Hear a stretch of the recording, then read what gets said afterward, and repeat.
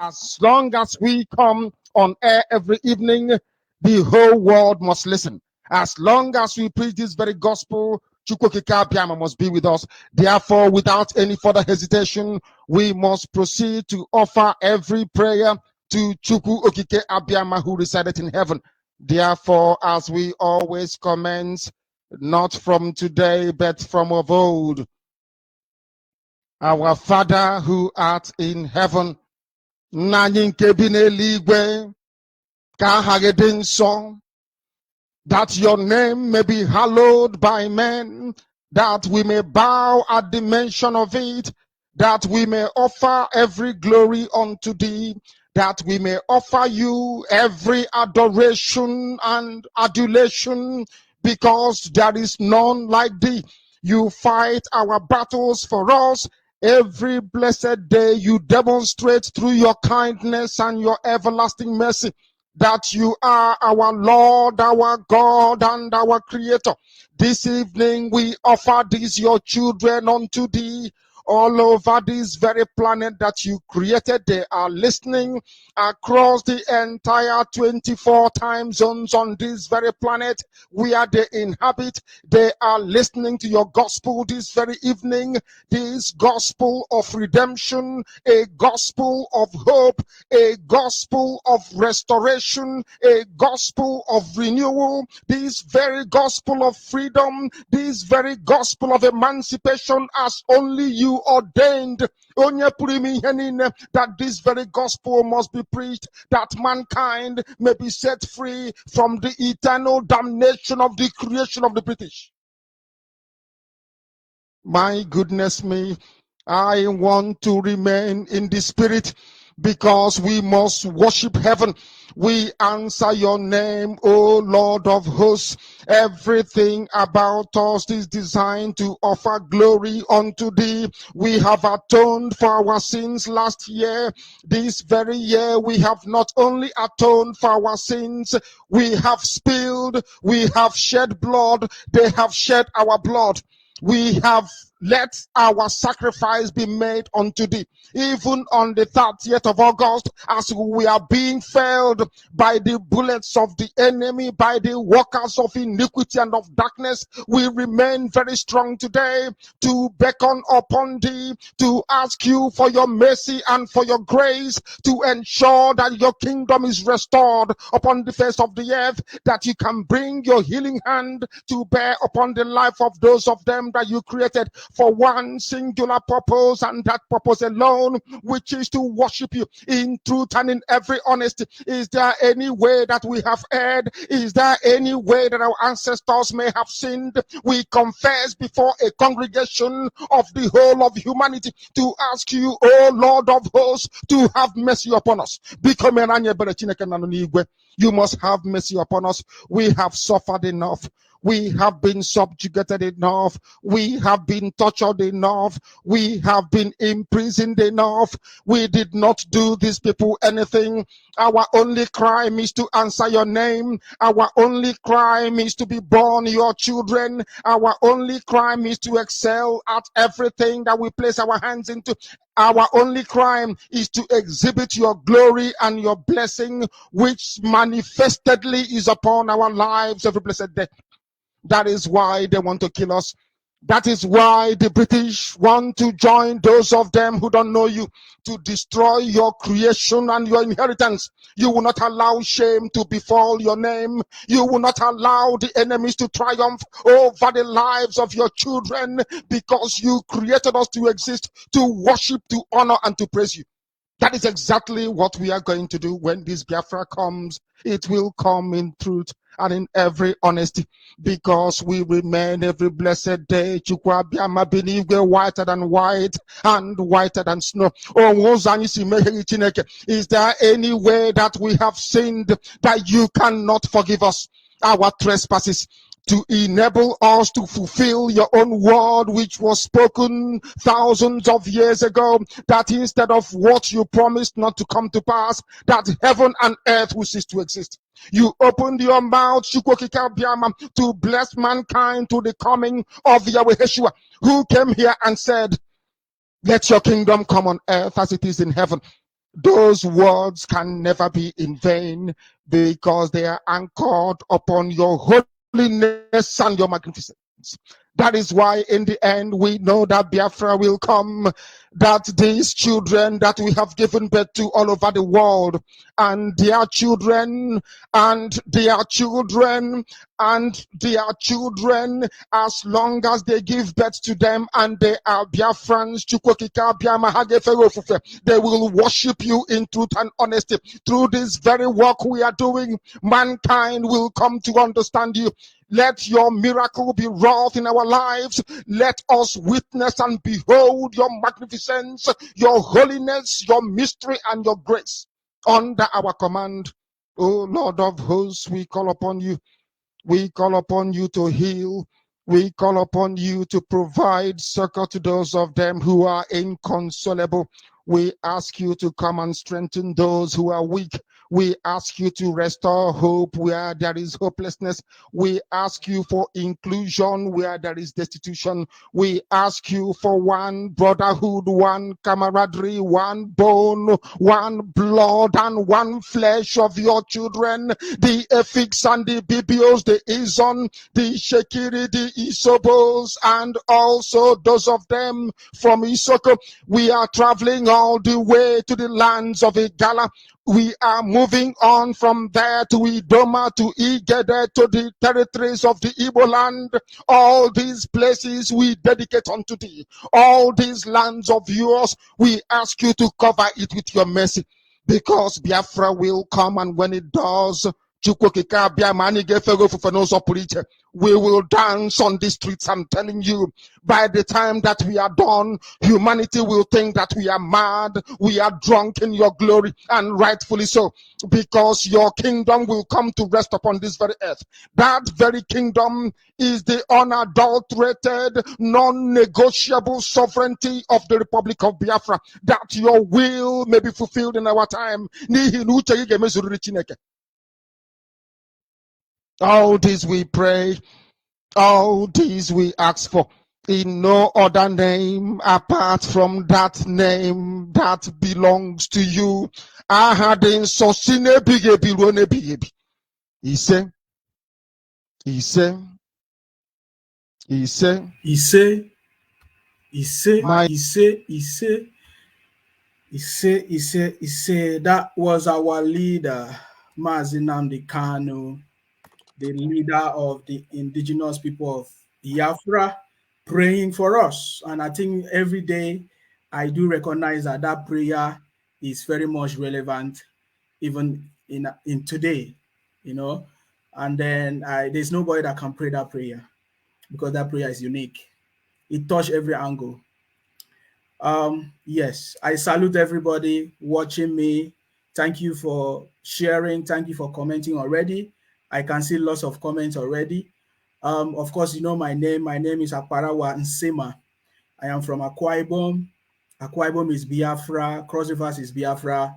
And we must continue to protect and defend our land. Today we are here with Dr. Nelly.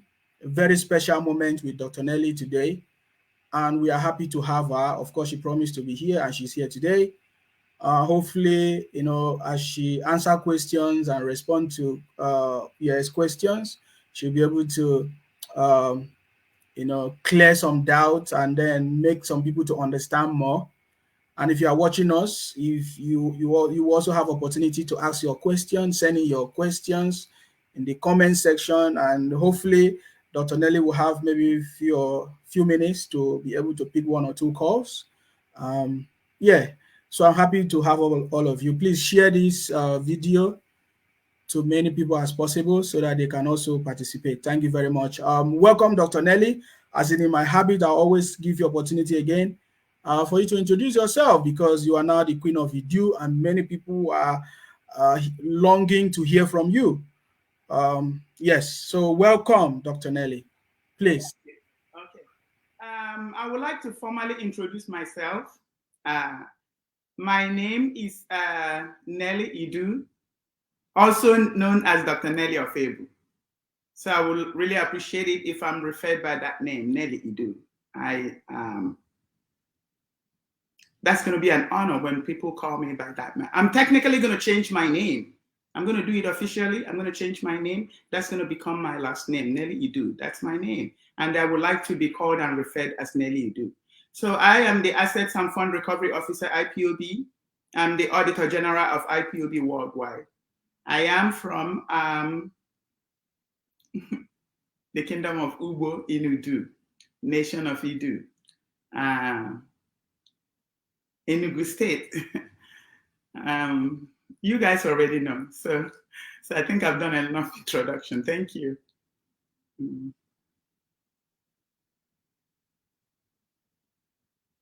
That's very good.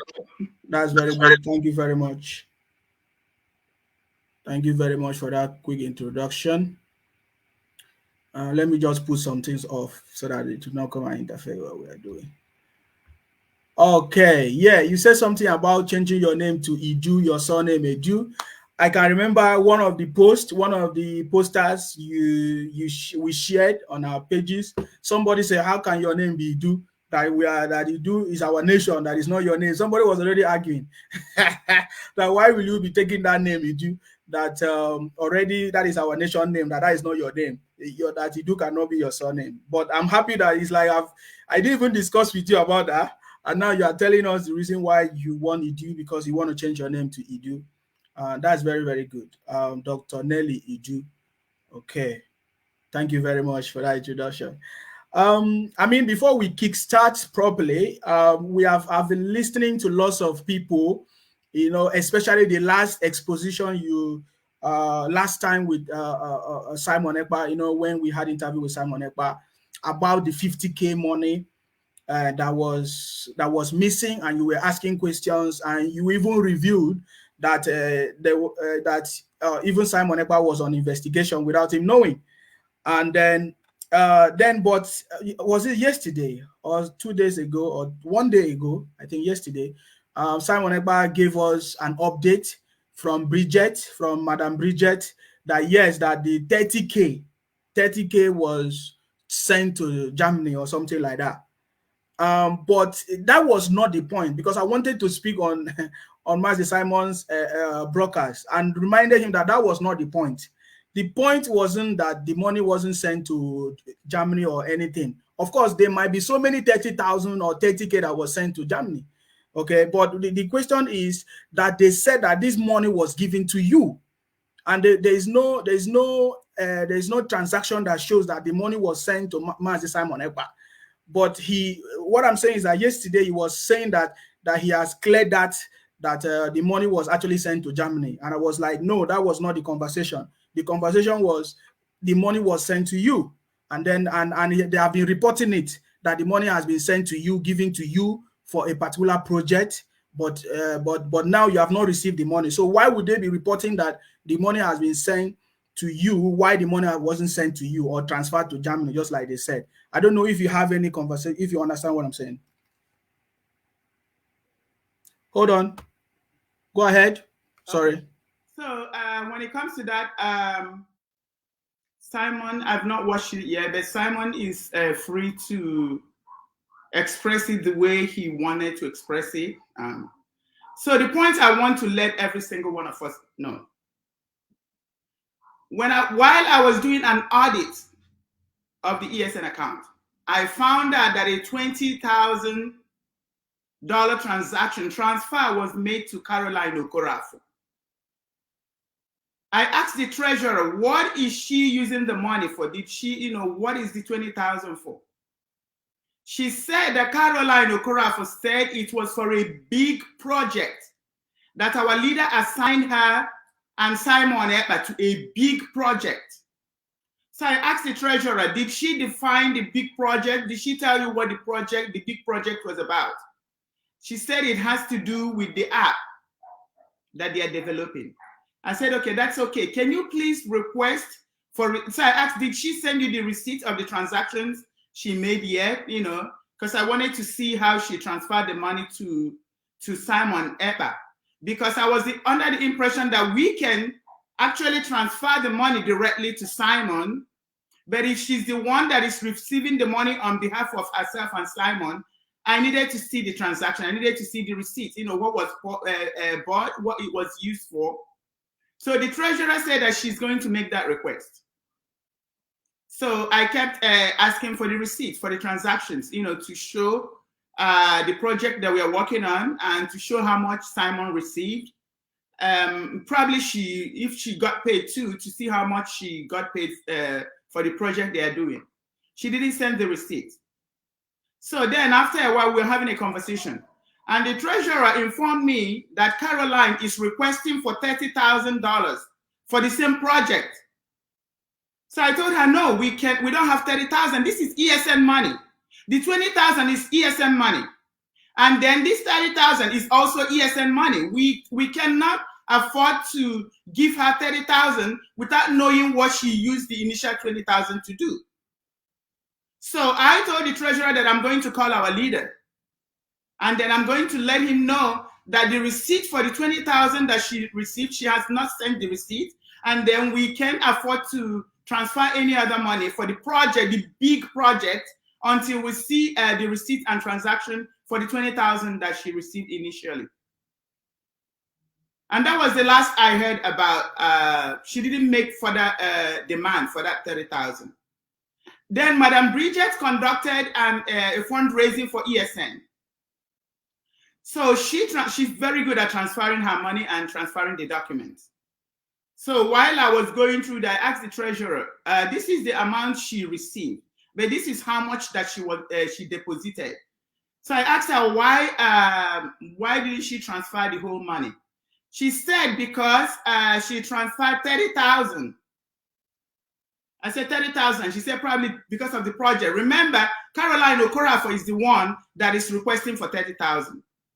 Now, I got people told me that the money was sent to Germany. This is what I need our people to understand. Who requested for 20,000? Caroline Okorafor. Who got it? Who received 20,000? Caroline Okorafor. Who requested for 30,000? Caroline Okorafor. Why was 30,000 sent to Germany? And then the other question, what is the difference between Nnamdi and Caroline Okorafor? Zero. There's no difference. Nnamdi recruited Caroline Okorafor. So Caroline Okorafor is Nnamdi and Nnamdi is Caroline. So if anybody is telling me the money was sent to Germany, it's, to me, Caroline requested for 30,000. 30,000 was sent to Nnamdi to Germany. However they did it, they are responsible. That's the 50K that is still missing from the ESN account. So whether Nnamdi manipulated Madam Bridget, however, and she got the 30,000 and sent to Caroline, that's their business. Caroline is the one that requested for 30,000. We told her you have to provide the receipt for the 20,000 that was given to you. Then she proceeded to, however, they manipulated Madam Bridget, and then instruction was given, and the same 30K was transferred to them. So however they want to clarify it, I know I called Simon because I needed to know if he received money. He didn't, I'm not saying I don't trust Simon or anything, but if money was transferred to him, I needed to know how much he received because we needed to know where our money was going. Bear in mind, this is ESN money. This is not our personal money. We don't have any right to spend it anyhow we want because the money belongs to our men on ground. So, Nnamdi, she received the money, the 30K on behalf of Caroline Okorafor. That is their business. They took 50K from ESN money. They took other money, which I'm not going to go into right now. But right now, we're talking about the 50K that Caroline got from the ESN account. She has not provided that receipt. I also want to let our people know that I made requests, three consecutive requests for that Germany account to be audited because we want to know what she has been doing with our money. She refused, she declined the audit. It's a financial crime to decline an audit. IPOB is an NGO. It's a charity organization. There has to be an audit. There's supposed to be an audit every single year. At least sometimes 2 times a year, every 6 months. That account has not been audited. For more than 5 years that Nnamdi has been managing that account has not been audited. I sent 3 requests, audit requests. She refused, she declined. It's a crime. It's a financial crime. So that's what I want. So probably when that account is audited, we're going to see everything she has done with our money, with IPOB money and with the ESN money. Bear in mind, every ESN money goes to the ESN account in America. Why would somebody transfer 30,000 of ESN money to Germany? ESN money doesn't go to Germany. Our leader said it like that for a reason. He knew the reason why he made sure that the ESN account is in America. Our leader is a prophet. He knew things that were going to happen. So he took precautions.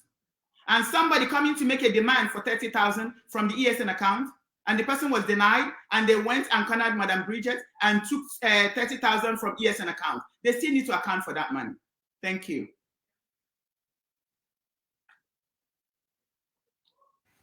Thank you very much for your response about this. I think that is very, very clear. And just to follow up, someone called into the show and said that in America, this is a non-governmental organization, just like what you said, and the account has to be audited. That there is an agency that monitors and supervises all non-governmental organizations. That if some certain people refuse to do what is needed, that this agency is supposed to hold these people responsible, even hold the organization or the executive or the organization responsible. Then why is it that we cannot engage this agency to make sure that the right thing is done, since it's supposed to be done, and this agency is there even in US, anywhere in the world? There are agencies like that that is in charge of monitoring every non-governmental organization activities, and that we need to use their service as well.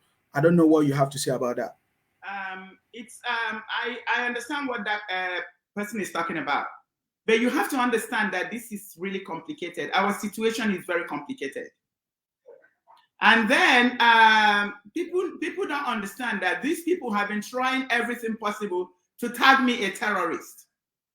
They've tried everything to make sure to connect me as funding a terrorist organization. I'm not going to go into that. They even connived to say that I told one Professor Sheehan to tag us a terrorist, that I sent a letter, you know, all those things.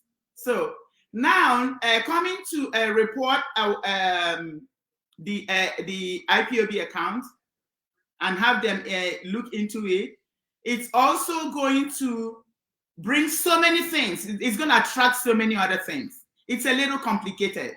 And guess what? The same terrorist Nelly is now the person reporting our account. But it's going to be done when the right time comes. All those things will be taken care of. So we'll eventually get there when the time comes. Yeah. Okay. Thank you very much concerning that. And another follow-up question is when can you hear me? Sorry, can you hear me? Yes, I can hear you.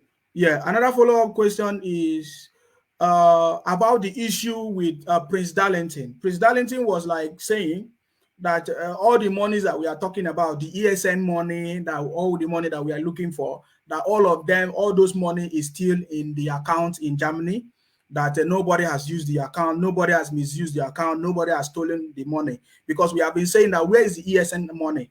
We can see that the ESN, we are making donation, we need money, and over how many thousands that you have mentioned, over $200,000 or somewhere is kept in a bank somewhere. Is that true? Because Prince Darlington is saying that this money is still kept in the bank somewhere. I'm glad you said that Prince Darlington said that. It's a shame when somebody is speaking from both sides of the mouth. Which one are you going to believe? So if the money is in the account, why wouldn't they transfer it to the account that it was assigned to? Secondly, if the money was in the account, why are they running around opening a private liability company, seeking for money to pay their salary up and down, running helter-skelter for money? Why are they broke if they still have that money? And then telling me it's in Germany account. Can he provide the statement that shows that that money is in Germany account? You can wake up and start making up lies. You can wake up and start saying things. I need to see the bank statement. I need to see some information, documented information, to show that that account, that money is in that account. Some guy came to Simon's show and was talking about, oh, the money is in Italy account. How do you know it's in Italy account? Why wouldn't they let me audit that account? If it was in the Italy account, can they do a screenshot of the statement and show Biafran people? Biafran people need to see that that money is still sitting there.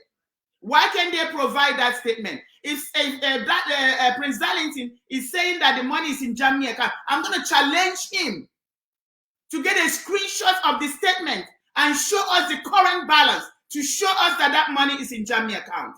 He can't just come up with lies. He can make up anything and present. We're not fools. So if the money is in Germany account, we need a statement. We need to see that money sitting in Germany account. If the money is in Italy account, we need to see a statement showing us that that money is in Italy account. If they cannot provide that statement, then they are lying, because they use that money to buy properties. I have a record of the properties that they're building houses. Somebody is building two houses in Ebonyi State simultaneously. People have hostel in Anambra State. People have investments in farm. They have all kinds of things, buying luxury cars, buying apartments, doing all those things with our money. So if that money is in Germany account, this is a challenge to Prince Darlington. Show us the receipt, the transaction. Show us the bank statement. The bank statement will tell you this is the current balance. And it will tell you the date of the current balance. We need to see it. If not, he needs to shut up and stop lying. We know what is going on between him and those people. Haji and all, that's what it is. And then we're not going to allow any lies. If the money is in Italy account, we need to see that it's in Italy account. All we need to see is a balance to show it's in Italy account. If it's in Germany account, we need to see. You know, we are educated. We can read the figures. We can read the balance. We can see how much is in the account. If they don't provide it, they embezzle the money, they stole it, and they're going to be liable. They are criminals. And they have no right to be soliciting for funds with a private liability company. That is a fraud itself. Thank you. Wow, thank you very much. Because we needed you to make we needed your comment on these issues, because these are very important issues.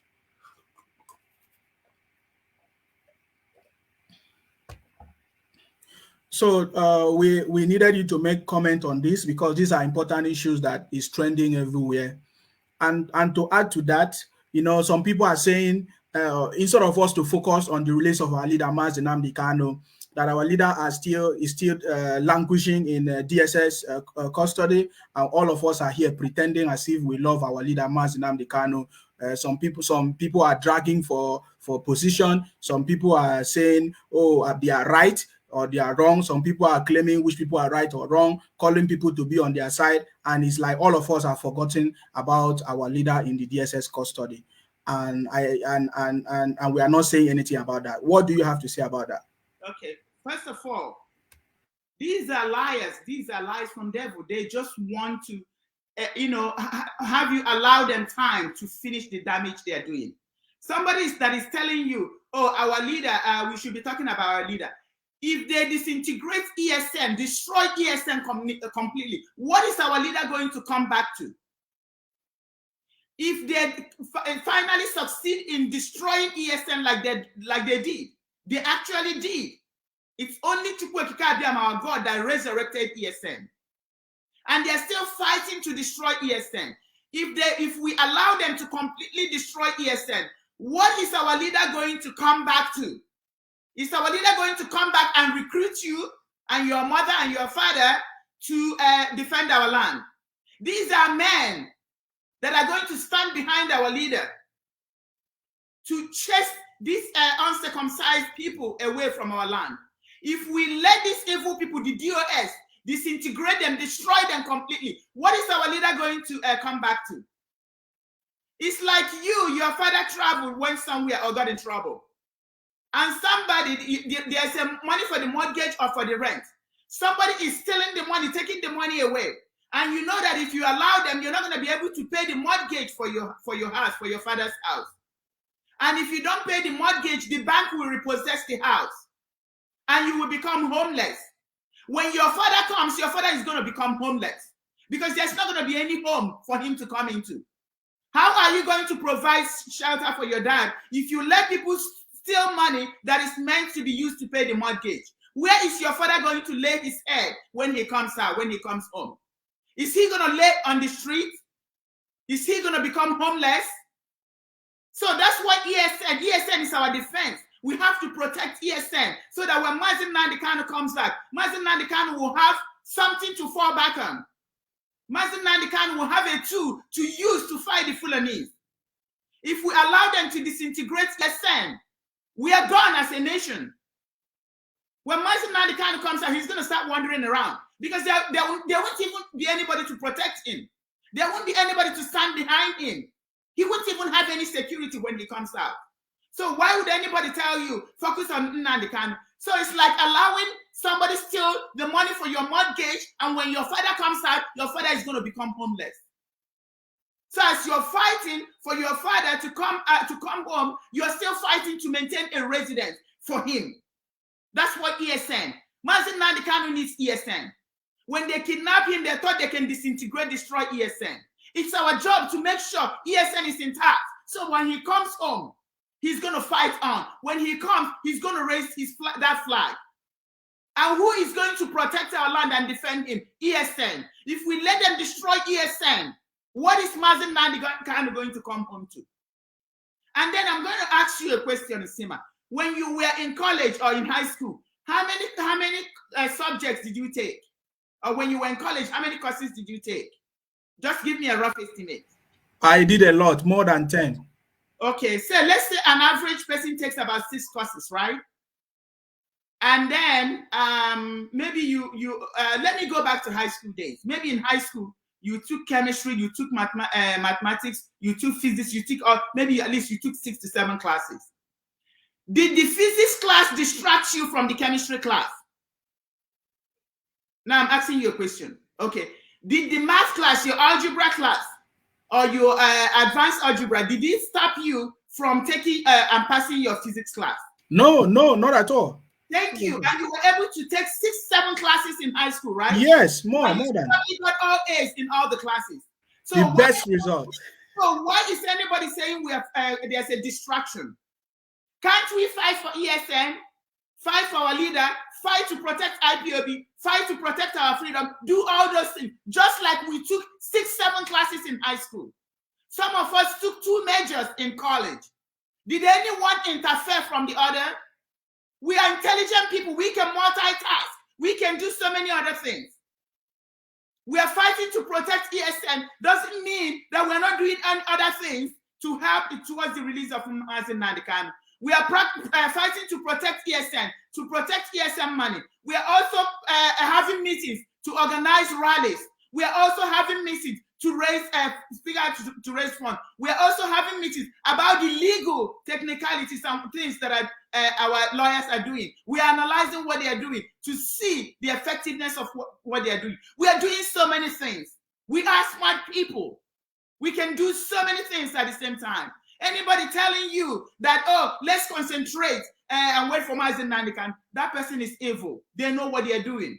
They want to make sure that when Mazi Nnamdi Kanu comes out, he becomes homeless, like the illustration I gave you. They want to make sure that ESN is completely destroyed, so that when Mazi Nnamdi Kanu comes out, he wouldn't have anybody to back him up, so that we'll be completely disintegrated.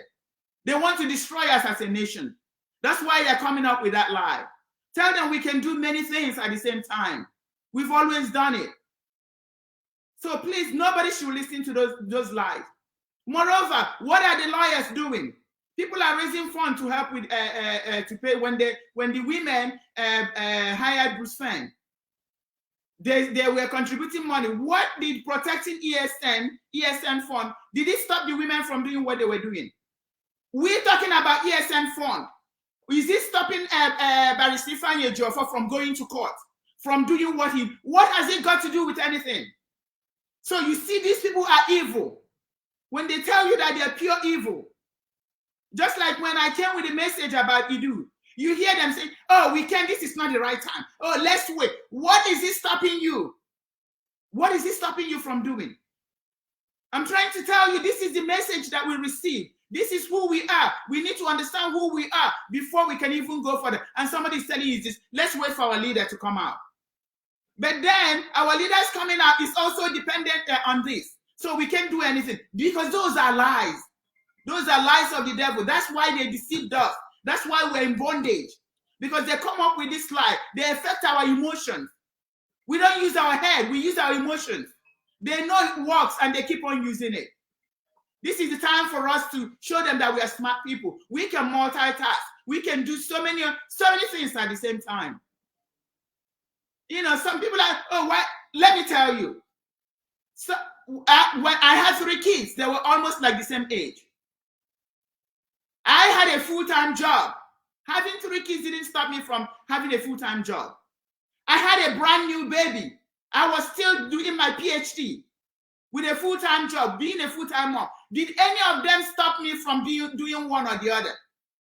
So when they come up with this lie, tell them there are people who even have 2 or 3 jobs. One job doesn't stop them from performing their assignments on the other job. So we can multitask as human beings. And we are created to do all things and get it together to achieve what we are looking for. Don't listen to those lies. Please focus. As we are protecting ESN, we are also doing, some people are even fasting, praying. So why, if you're fasting and praying, why would you still donate money to ESN? Fasting should have been enough. But you donate your money, you go to work, you pray, you do everything that you are told to do. Because everything is geared towards our leader coming out and towards our freedom. Please ignore those liars. They are liars from the pit of hell. They just want to distract you. They want to make sure that you do not achieve what you're supposed to achieve, that you do not fulfill your destiny, that our leader do not come out, that when our leader comes out, you become homeless. He's going to have nobody. He's not going to have ESN to protect him and to protect our land. Thank you. Thank you very much. I know we are going to go into deep about the major topic today, but I just want you to create that atmosphere for that conversation because we are drawing closer to that big question right now. Because we are aware when we listen to one of the broadcasts our leader did about Idu and some things like that. And some people came up to say that it was an assignment. Even Dr. Simon Egba said it was an assignment. And every other person, some people as well that don't know. What I want to say personally is that I know that there are so many fools in this freedom, in this struggle. Ever since I discovered that, when I call them name, I'm not ashamed to call them fools and I block them straight because I can see there are many fools. And that is what is delaying us. And it's even stopping people that are supposed to do the right thing to do the right thing, because when they try to do it, they will come and bombard the person. And that is what is defeating our attention. And so that is the same question I'm asking about this, that our leader even gave everybody an assignment, asked everybody to go and find out more details about Idu. Even in a live broadcast question and answer, we find out that we even have some connections with the Yorubas as well, you know. And then some people are saying, okay, why don't you wait for the person that give you the assignment to come and give the assignment, for you to come and give the report of your research to the person who gave you the assignment, which is mazi, Nnamdi, kanu. And this has been the argument that most of the ERAT are going around on their social media saying, okay, our leader gave us assignment about Idu, we are still researching and all of that. So why don't you wait? Why are you quick to come and start changing names without you giving that report to our leader mazi, Nnamdi, kanu, that gave us the assignment? What do you have to say on that, please, before we move? If I go into that question, I'm going to tell them they are not the one that gave me that message. And they are not the one to tell me how to deliver that message. I'm only a messenger. I'm giving a message and I was told how to deliver it and when to deliver it, and I did.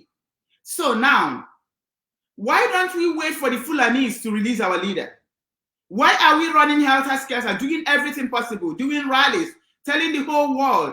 Why do we have the lawyers? Why don't we wait? Our leader has been abducted and in DSS dungeon. So why don't we wait until the Fulani release him? So if we're going to wait for our leader to come out before we do anything, why don't we wait for our leader to come out from being in DSS custody? Since all we are doing is waiting. So I don't think we should do anything. I don't even think the lawyers should do anything. The lawyers should just sit and wait. Because the lawyer, we are given assignments to defend our leader, to protect our freedom. So now that our leader is abducted, I think the lawyers should go home and just fold their hands and wait. Whenever the Fulanis think it's time to release our leader, then they will release our leader. Then for us, we need to stop doing rallies. We're just going to wait for the Fulanis to release our leader. Even the ESM money, we need to stop collecting money, fighting for to protecting ESM. We need to wait for our leader to come out. You see how these people are stupid? They are fools. I'm telling you, this is the tool of the devil. Anything that the devil can use, anything, even people that you're close to deter you, to stop you from doing what you need to do, from performing the assignment that God has given you. And you don't listen to such stupidity. Why don't you wait till our leader comes out? Why don't the lawyers, why don't all of us sit and wait till he comes out? Why are we even talking about our leader at all? We should wait until the Fulanis, when it pleases them to release our leader. And moreover, when I'm given that assignment, I follow divine directives. I don't listen to no man. When I'm given an assignment, I carry out that assignment. When I'm given a message, I'm given a timeline. I'm told when to release that message. I'm even told that we need to start speaking out, speaking who we are. Because knowing who we are is the ticket to our freedom. That is the ticket for our leader being released. And some fool is telling me, wait for our leader to be released before you do something that will help release our leader. Doing this will help release our leader. But these evil people are now telling you, don't say it, wait for our leader to come out. When you know that this truth is what is going to help our leader to be released. And then they will tell you, oh, behind them, maybe what we are doing is spiritual. And then somebody is telling you, this is a message that was given to me. And I need to deliver this message, and we need to know, we need to talk about it, we need to acknowledge it, because it's going to help towards the release of our leader, towards our freedom. And some fool is telling you, keep quiet until our leader is released. Don't you think they don't want our leader to be released? Because the information is that this will help towards the release of our leader. If they really wanted our leader to be released, they'll be like, okay, this doesn't make any sense. But if it's going to help our leader come out, let's bring it to the table. Let's discuss it. Let's do whatever we can to help our leader come. Even if you don't believe it. But if somebody said it's going to help our leader to be released, I'm in for it. I will do it. I'm going to do my best to make sure that my leader is released. That's what somebody that really wants mazi Nnamdi Kanu to be released.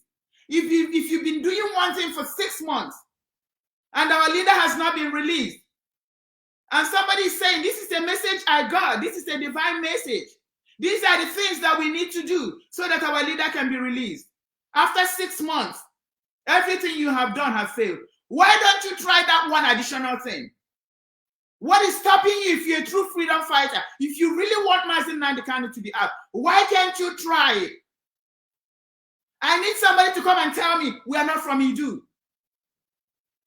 Now, nobody's able to tell me that. And there's so many evidence. People are coming, bringing information. I even made a poster about all the secrets, the Garden of Eden. It belongs to our land. It's in Enugu State. It's extended to Anambra State. Some part of it extended to Kogi. I have not seen anybody bring any argument to challenge me on that.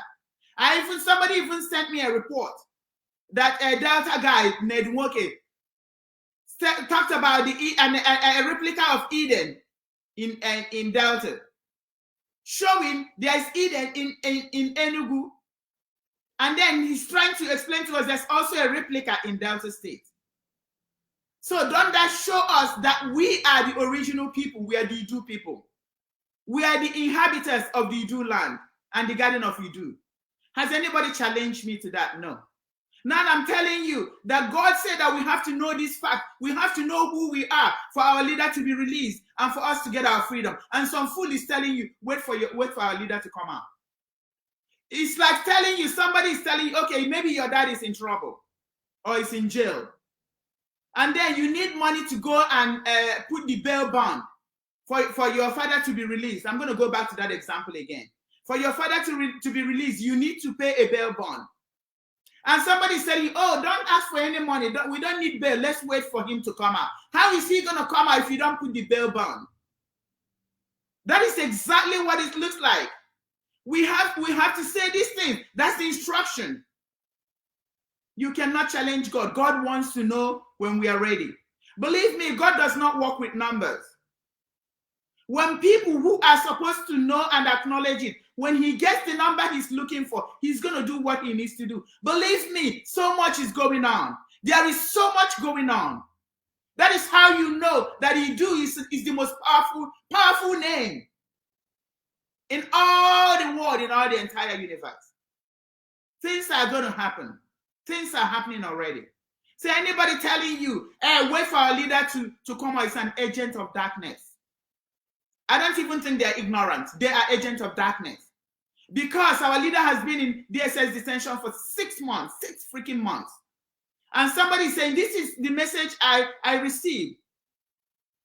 That we have to acknowledge this for our leader to be released. And somebody is telling you, wait, no, you have to wait. Don't say anything until our leader is released.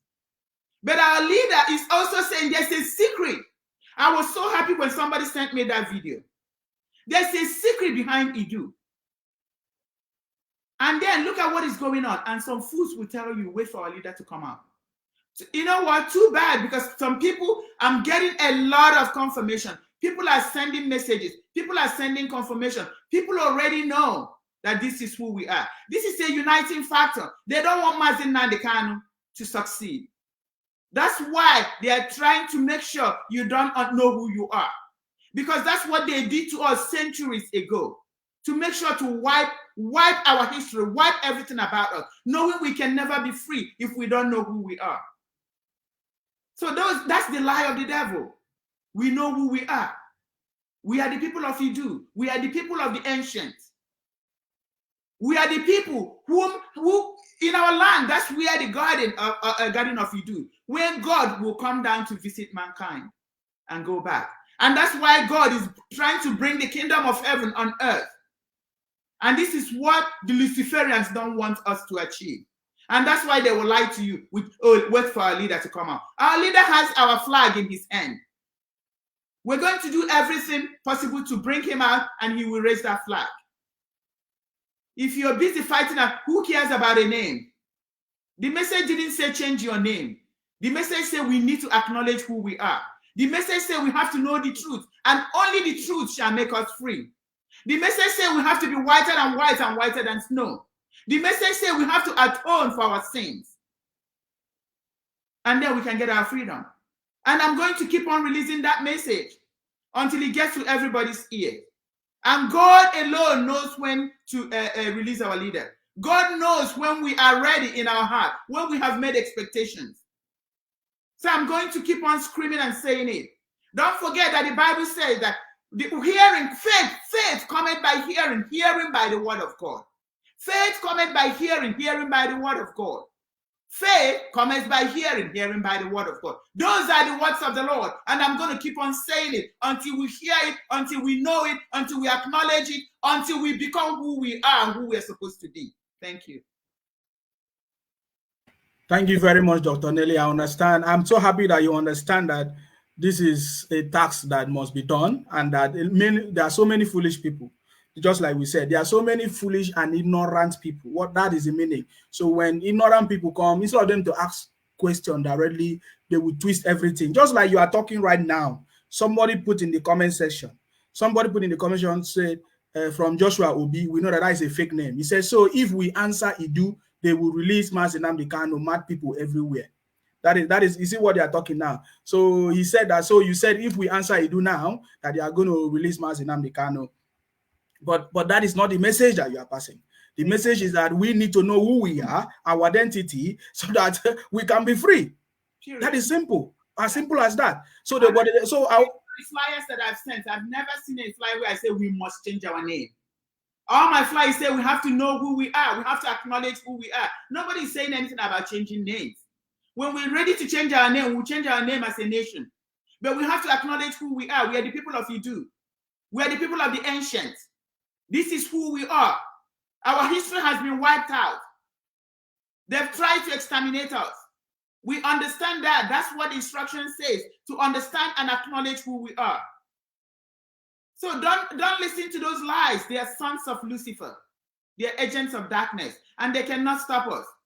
Our leader said that towards the end, after reading the book of Psalms, That things that are stranger than fiction will happen. Strange things will happen. Even these sons of darkness, they are part of the strange things. How would anybody argue with that? If somebody is saying this is what is going to help us be free, this is what is going to help us, our leader to be released, why are you hesitant in doing it? Because of envy and jealousy and wickedness. But it's not going to stop the hands of God. God has a timeline. God has a timetable. God is doing his own thing. And nobody can stop him. I'm only a messenger that will release the message whenever I'm giving it to. It's left for God to do what he needs to do with the message. My assignment is to make sure I keep telling people, this is who we are. This is our name. And we have to do this, acknowledge this to be free. I'm going to keep on saying it. The more I say, the more people will. And it's only God that is touching the heart of people, directing them, making them listen to it and making them understand. People are doing all kinds of research. I have tons and tons of information. Even some of the information I receive, I don't even have time to read it. I'm so amazed. I'm so shocked. I'm like, really? How can people do this kind of thing to their fellow human beings? People have no idea the type of damages that these people did to us. So please, we're going to keep on preaching. God will release our leader when he feels that this message has been heard enough. And nobody said anything about changing names. Believe me, our name is still going to change regardless. Even before our leader, I got a message. I told our leader, this is what God said. Our leader said, I know. He said, our name is going to change. It's not going to be Biafra.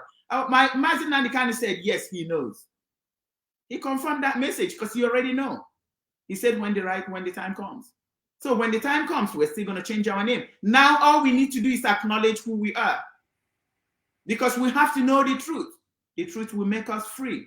The truth will make our leader free. The truth will make our nation free. And it doesn't matter who is opposing it. It doesn't stop God from doing what he wants to do.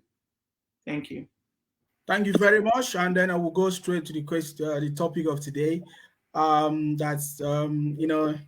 The topic says Biafra, a name designed as a tool to exterminate the children of light from the surface of the earth. And I think this is a very important topic that so many people that still having confusion and they don't understand what we are talking about. I believe today, or at the end of this program, people will be able to understand it further. But before I give you opportunity to say something about this, in one of your letter or memo, you said that Biafra has been sold and we cannot eat our cake and have it. You also said that Ojugu, the eternal leader of Biafra, was again betrayed and manipulated into selling Biafra by the people he trusted without knowing it and without getting a dime for it. Wasurike and others sold Biafra and got paid handsomely for it. And mazi Nnamdi Kanu, the supreme leader of Biafra, refused to sell Biafra. Then he was sold in exchange by the people he trusted. Then I'm just jumping and picking some things. Then you said Biafra was designed for us to sell and for us to die because a covenant is a covenant. Please, can you so then you now went further to say, I think this is where this topic came from. The earlier we rise up and reject the name Biafra, the earlier we stop selling and dying. And the earlier our freedom comes and the earlier our blood ceases to water the land is exchanged. Biafra has been sold and we cannot eat our cake and have it. That statement alone is a statement that many people will be arguing with you. So many people that don't understand, they will be arguing with you. You said that Biafra has been sold and we cannot eat our cake and have it. That they have been killing us every day because of the name Biafra. And somebody said, is it because they are killing us, we have to change our name? Or we have to run away from the name? Or we have to reject the name? So I would like you to start this conversation in that angle. Why do you say that Biafra has been sold? Okay. So why I said that Biafra has been sold is because Biafra has been sold.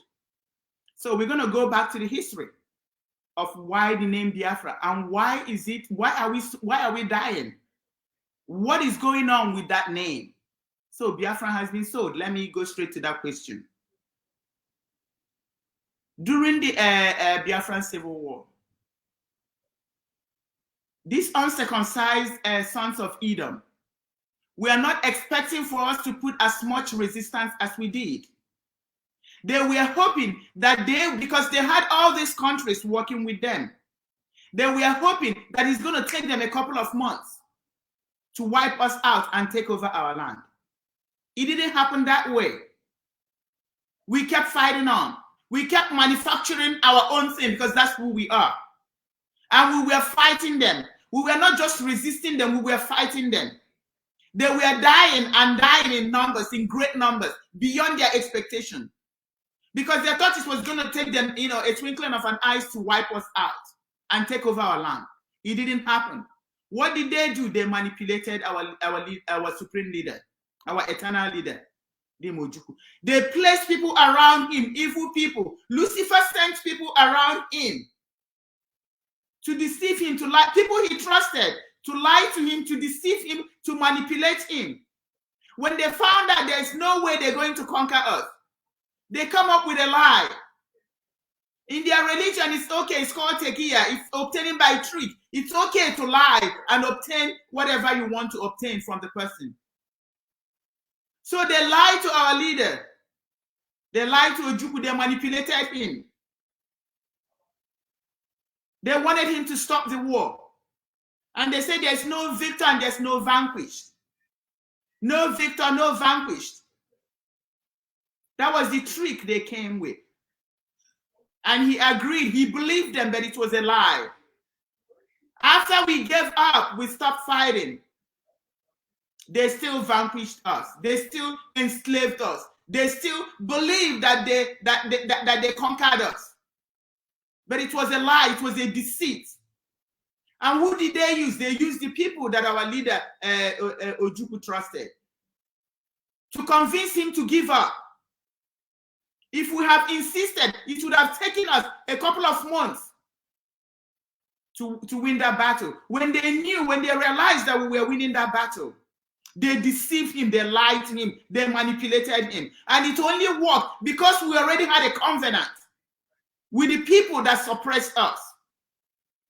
Europeans, they all came around. All the world leaders that served Satan, Lucifer was using them. They used them to manipulate us, to have established a covenant, which I'm going to talk about in the future. This covenant was to make sure that we get killed every time until we become extinct. And that's why they started this war. People that had an agreement with Ojukwu went behind his back because they already know their plan. Their plan is to start a war and eliminate us. That's why the Aburi Accord failed. They knew what they were doing. They knew they were not going to agree to what Ojukwu was saying. They knew they would use this to start a war. When they start that war, they intended to finish us up. That's why after all the agreement, they went back because they knew their agenda. They knew what they wanted to do. They thought that they would have taken that opportunity to eliminate us. They knew they were going to get into a war with us. What they didn't know is that we're going to resist them because we're the children of light, because we're the people of Idu. They didn't expect the resistance that we put up. So they fought and fought. They did all kinds of things. They stabbed us. We died in the millions. And we still kept fighting. When they realized that we were about to win this war, Lucifer still used people just like they're using, like they used people to manipulate and lie to our leader. The Lucifer sent people to manipulate our eternal leader, Ojukwu, to give up on the war. Which if we have just insisted and probably a couple of months, would have been free. But that's because there's a covenant that is binding us. There is something that our great-grandfathers did that is still binding us and holding us hostage. That's why we gave up. That's why we're still giving up. That is why we are in bondage right now with a couple of other things. So after our leader, Ojukwu, gave up, even though they said no victor, no vanquish, guess what? They intensified the damages that we are doing to us. They intensified the killings. They intensified all the evil that they've been doing to the children of light. Because they are liars. Because devil is their father. Devil is the father of all lies. They serve Lucifer. They worship Baal. They do child sacrifice. They commit all manner of evil. And that's why they didn't want the kingdom of heaven and earth to come.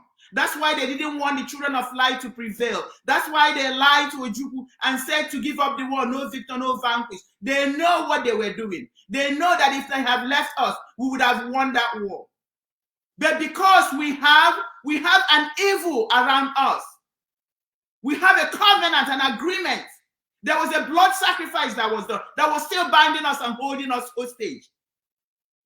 That's why our leader agreed and gave up. No victor, no vanquish. Look at us now. And they still treat us like vanquished people. So that's what I have to say about that question. Wow. So you talked, I mean, this conversation is deep. It's deep. We don't have to, we can continue another day. It's deep. Yes. It's deep. Yes. So I want you to, because that conversation is deep, let's leave that conversation. I believe you have brought it out. We will continue more on that. Let's talk about this, when you say you reject the name Biafra. Is it because they are killing us? Is it because of this very issue or reason? Or why do you reject the name Biafra, please? Okay. First of all, I love Biafra.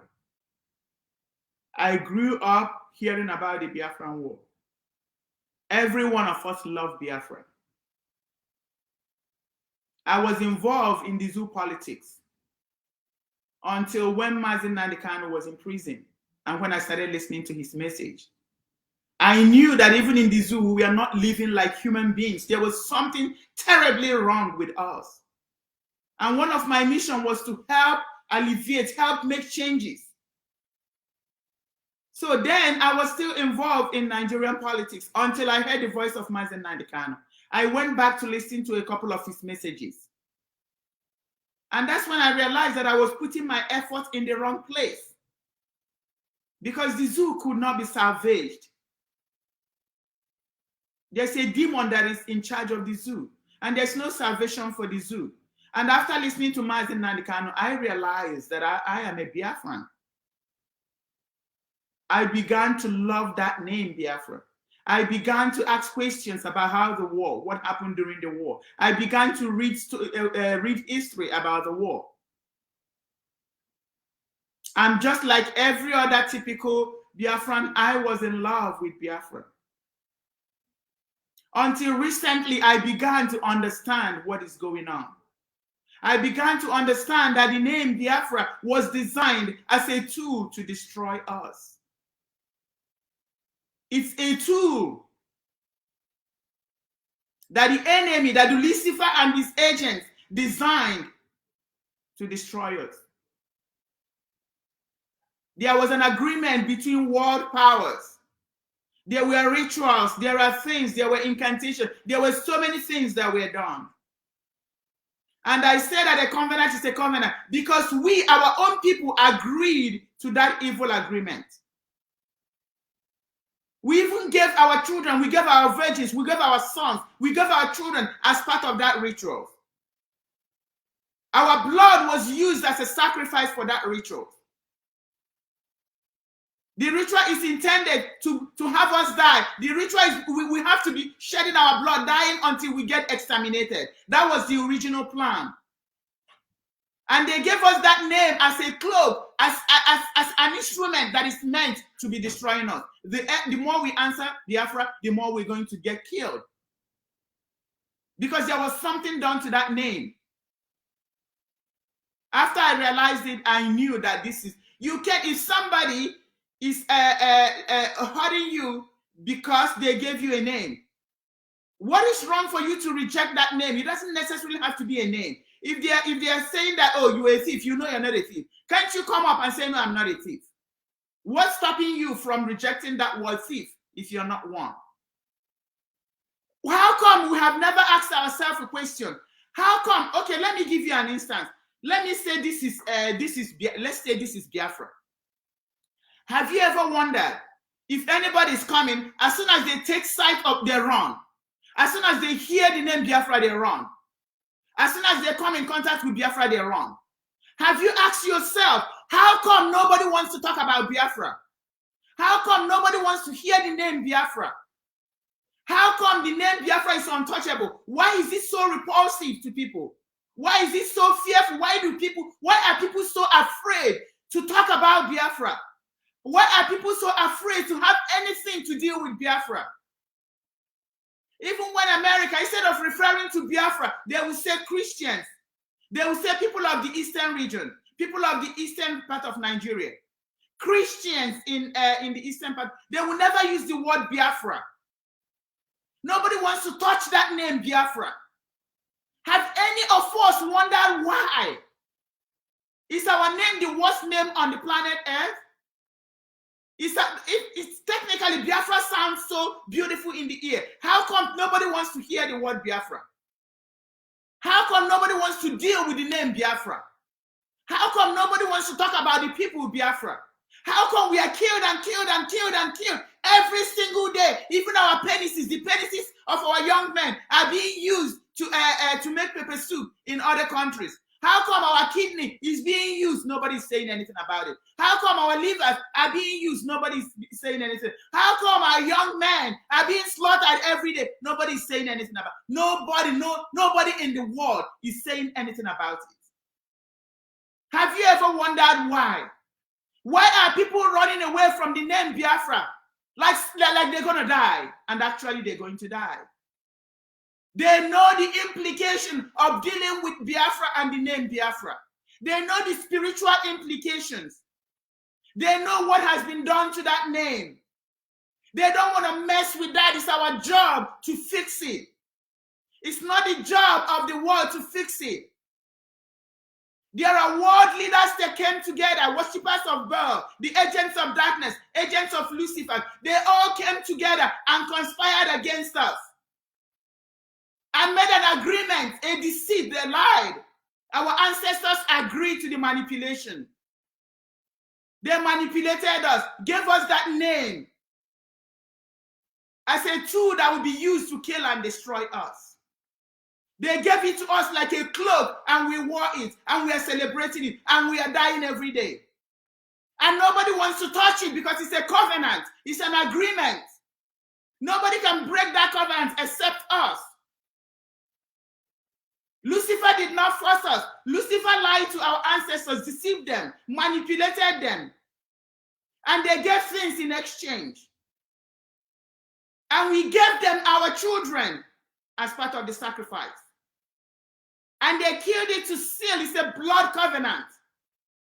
You cannot break a blood covenant just like that. And that agreement, the agreement is that we're going to keep on dying. That name is going to be an excuse that will be used to kill us until they exterminate us from the surface of the earth. That is the purpose of conniving and giving us that name. Some fool will come and tell you, oh, it's biafara. What does that mean? Where is Bia? When did the name come up? Some people even said, oh, it was in the 18th century. It was in the map. Somebody sent me a map. First of all, I'm going to ask them, who is in charge of the internet? Who developed the internet? Who is going to make the map? Who is going to put it for you to find it? How come our name, the Idu people, is nowhere on the internet, but you are able to find the bit of Biafra and the map of Biafra for 18th century? Who made that map? Who deposited it in the internet for you to find? How come they didn't put our own information about who we are in the internet for us to find? And you're going to lie. They say, oh, it was there in the 18th century. How come when Opigo, when they were having a meeting, Opigo suggested the name to our eternal leader, Ojukwu, Biafra. And Ojukwu asked, why Biafra? And he said, I will tell you later on. Ojukwu, being a kind-hearted man, he trusts the people. He loves his people. He trusts them. He never believed anybody can be evil and manipulative. And Ojukwu said, okay. All he wanted is freedom for his people. When Opigo suggested the name, he said, okay. If the map was there 18th century or even before the world was created, why would Ojukwu ask Opigo, so why Biafra? So what is about Biafra? Why Biafra? Why would he, our eternal leader, be asking that question? This is a question that I need these people to ask. If our name Biafra was already established and it's been there forever and ever, why would Ojukwu not even come with Biafra? Why would Okigo be suggesting Biafra to him? They concocted this ritual. They did everything. And bear in mind, they've been doing this for centuries, almost 1,000 years ago.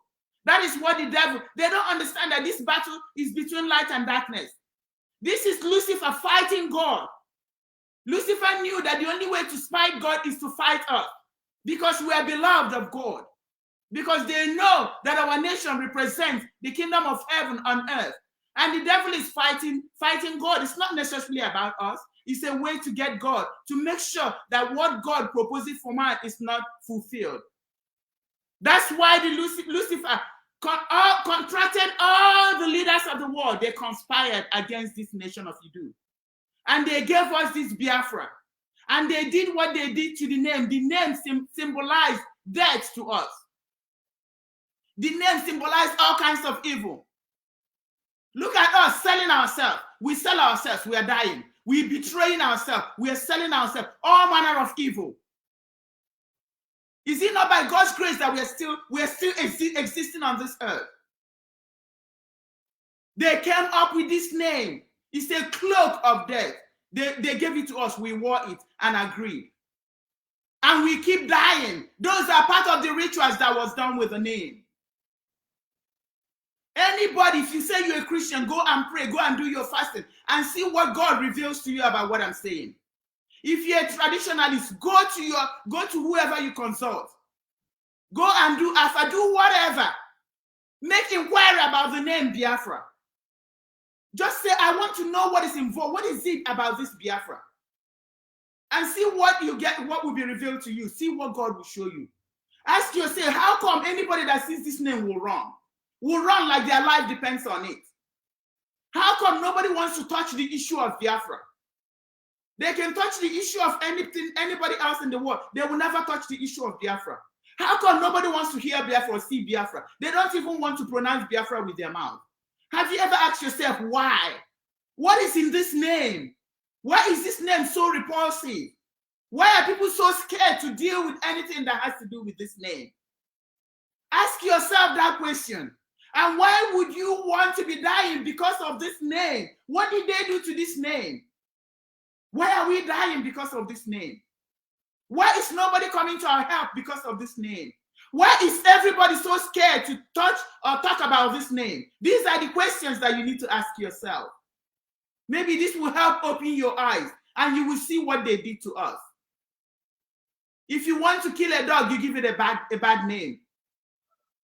What does that name signify spiritually? How come we are dying every day and nobody cares? Even the people that care are too scared to deal with it. They don't want to talk about it. It's almost like they're going to die if they talk about it. I believe they will die if they talk about it. If they try to change the things that were done, they will die. I believe it. That's why they are so scared. That's why it's in our own hands to set ourselves free. And that's the reason I said that I'm rejecting that name Biafra. If the name Biafra is what is being used to kill me, I am going to reject that name because I want to live. I want to be alive. If the name is a name that is designed to kill my people, that's why I'm screaming loud and telling us we cannot accept a name that is designed to kill and destroy us. Look at what we are doing to ourselves. Betrayal everywhere. Betrayal in the morning, betrayal in the afternoon, betrayal at night. Why? Why do we love money so much? Why are we selling our own flesh and blood? Why are we pointing fingers to fellow IPOB members? Why are we taking just 100,000 and we're going to give up a brother and a sister? Do you think we're just doing it just because we're so evil? We are doing it because of what has been put to us. And it was not forced on us. It was an agreement. It was a covenant. And we're going to keep on suffering. We're going to keep on dying because of that name until we change. We're going to keep on selling one another. We're going to keep on betraying one another. We're going to keep on committing all kinds of evil against us because that is the way it was designed. That is what that name was designed for. Until we wake up and ask questions, we're going to keep dying. Somebody said, oh, Biafra, what do you mean? Many people have died because of this name. Yes, many people have died and many people will continue to die until we do something about it. Until we start to ask questions. What is it in this name? How come when anybody hears this name, they will run? How come we keep dying because of this name? It's like they have a legal right to kill us. They have a legal right to destroy us. They have a legal right to exterminate us. Why? Are we the only nation in the world? Are we the only people in the world? Why did they give us this name that's been killing us and nobody wants to talk about it? Nobody wants to discuss it. Nobody wants to deal with it. Have you ever asked yourself question why? And then why would somebody be angry with me because I said I reject the name that is killing me?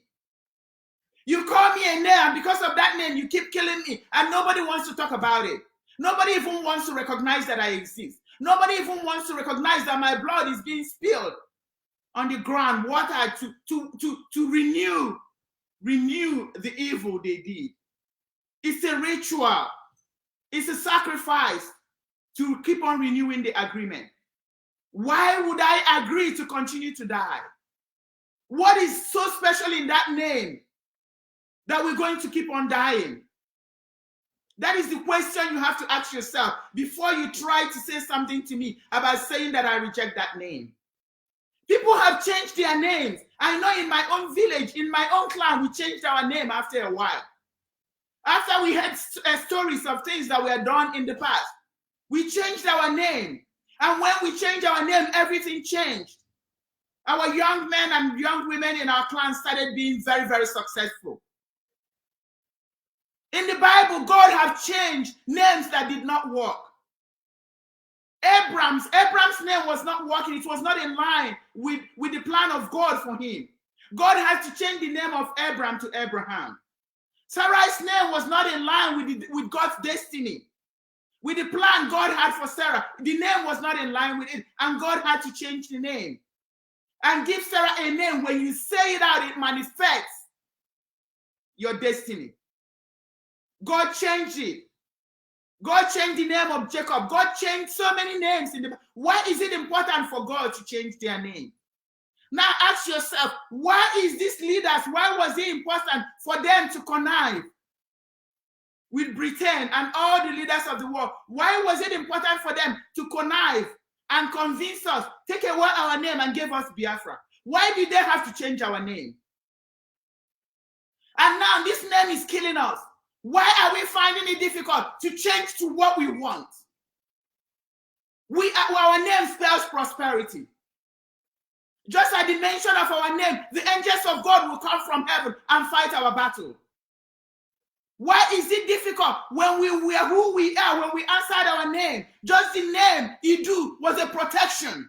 The angels of the Lord surrounded us. Nobody can invade, nobody can come in to attack us.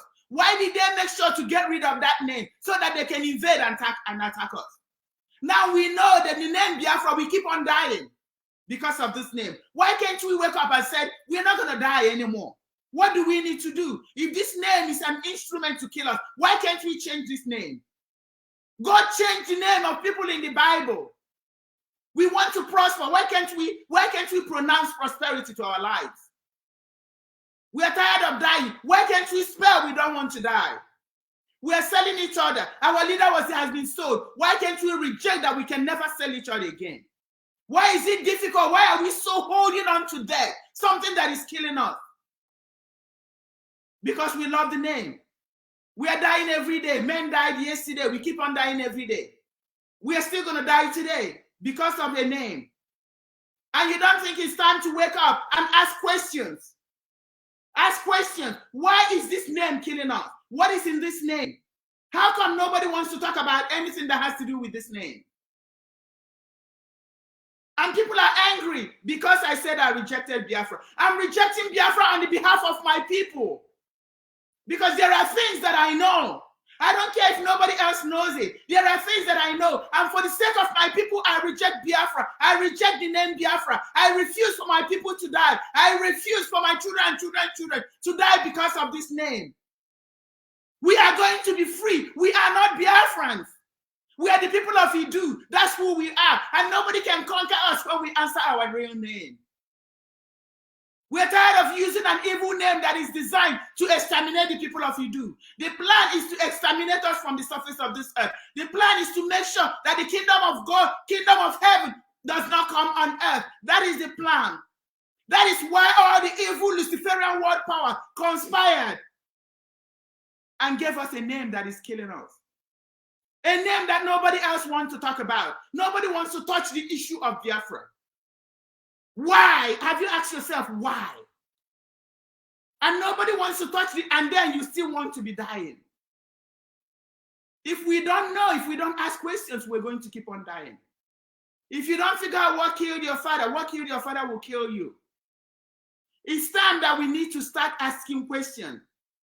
It's time that we look deep into this name that was given to us. This is not our name. For us to be free, we have to unite. We have to become one. This name is used as a divisive tool. It's supposed to divide us so that we'll never come together, so we'll never be free. Now we know who we are.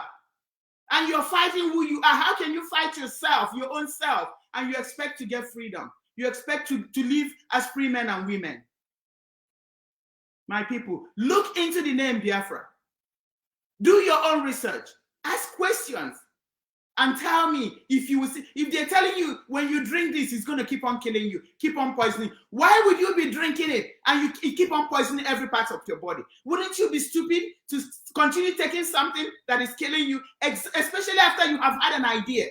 When you have time to think about these things, why would we continue? Why would anybody be angry with me because I said I reject Biafra? Why don't you ask questions?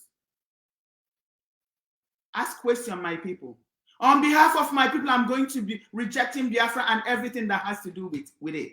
I'm not saying for anybody to change names. I'm saying I refuse to die with all the incantations, all the rituals, all the agreement that was done with that name, because we keep dying. They are using our kidneys all over the world. They know that with us, the entire Africa will come to what is supposed to be. So we are the target. That's why they give us this name, to keep destroying us, so that Africa will never, so that the black race will never be free, so that the kingdom of God in heaven will never come. That is the purpose. That is why we are dying. And that's why we're going to keep on dying until we know the truth. And the truth will make us free. The truth alone will make us free. That's part of the truth that we have to know for us to get our freedom. Thank you. Thank you very much. And there's a lot of reaction from what you are saying. You know, many people are reacting in the comment section and everything. Lots of people are saying, why is it that the Jewish people did not change their name because they were killed as at that time because they were Jewish people? And then somebody's also asking from Zigo Bright, is it that, Dr. Nelly, please, are you trying to tell us that it's because of the name Biafra they have been killing us? My question is that why Israel didn't change their name? Why being killed by the Egyptian? Why is it that they didn't change their name? And then we also remember very well that our leader... Did anybody give Israel a fake name? Did anybody ever change the name of Israel? You have to understand that Israel is us too. So when they try, they're still working against us, trying to kill us. Israel is still us. You have to bear that in mind. If they were able to retain their name, they tried to kill them and they didn't succeed in killing them, and they still went to their land, they inhabited their land. Why did anybody change the name of Israel? Why did they have to change our name? Why didn't they allow us to have our original name? Maybe by now we would have had our independence. Maybe we would have been free by now. Ask yourself, did anybody give Israel a fake name? Why did they have to give us a fake name and we accepted a fake name? Don't you understand that it's still the same process? Lucifer is still fighting the children of light, the children of God. Israel is still part of us. That's why they're killing us. And now we gave them a free will to kill us. They tried to kill the Jews fought back. Hitler did what he did, and then they fought back and got their freedom because they know who they are. They know their God, and that's why they're prospered. That's why they were able to get their freedom. That's why they're living in freedom. Then they came and got us and changed our name, knowing it's going to be the easiest way to conquer us. They changed our name. Why didn't they change the name of our brothers and sisters Israel? Because they refuse. They are smart. They are not stupid like us. Nobody can change their name. Nobody can give them any fake name. They keep on fighting. Darkness still keep on fighting them. And they are beating them any day. Bring your war to Israel. They keep on bringing their war. Look at what Israel is doing to them. That is the nation that we are going to be. You cannot bring war to Edu. You will all die. That's why they don't want. If Israel was inhabiting the land of Edu, believe me, history would have changed. The planet would have changed. So I take that question back. Why did they change our name? Why didn't they change the name of Israel? How come Israel? Because they know who they are. They're able to beat their enemies. Bring war to them, they will finish the war for you. How come they are not deceived and manipulated? How come they are not doing all this evil that we're doing here? How come we can't retain our real name?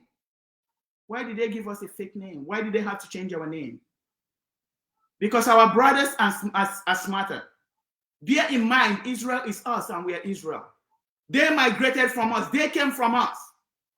They came from us and they moved over there. And those clans, it's like a clan. They were given a promised land in Canaan. We had to return back to where we live, where we used to live originally. We came back. Our forefathers came back. It's still the same people. The devil is still fighting the same people. That's still us. There's no difference between Israel and us. They're still fighting to exterminate us, to make sure we don't exist. The difference is that they are smart. They are fighting back because they know who we are. We are not fighting back. We don't know who we are.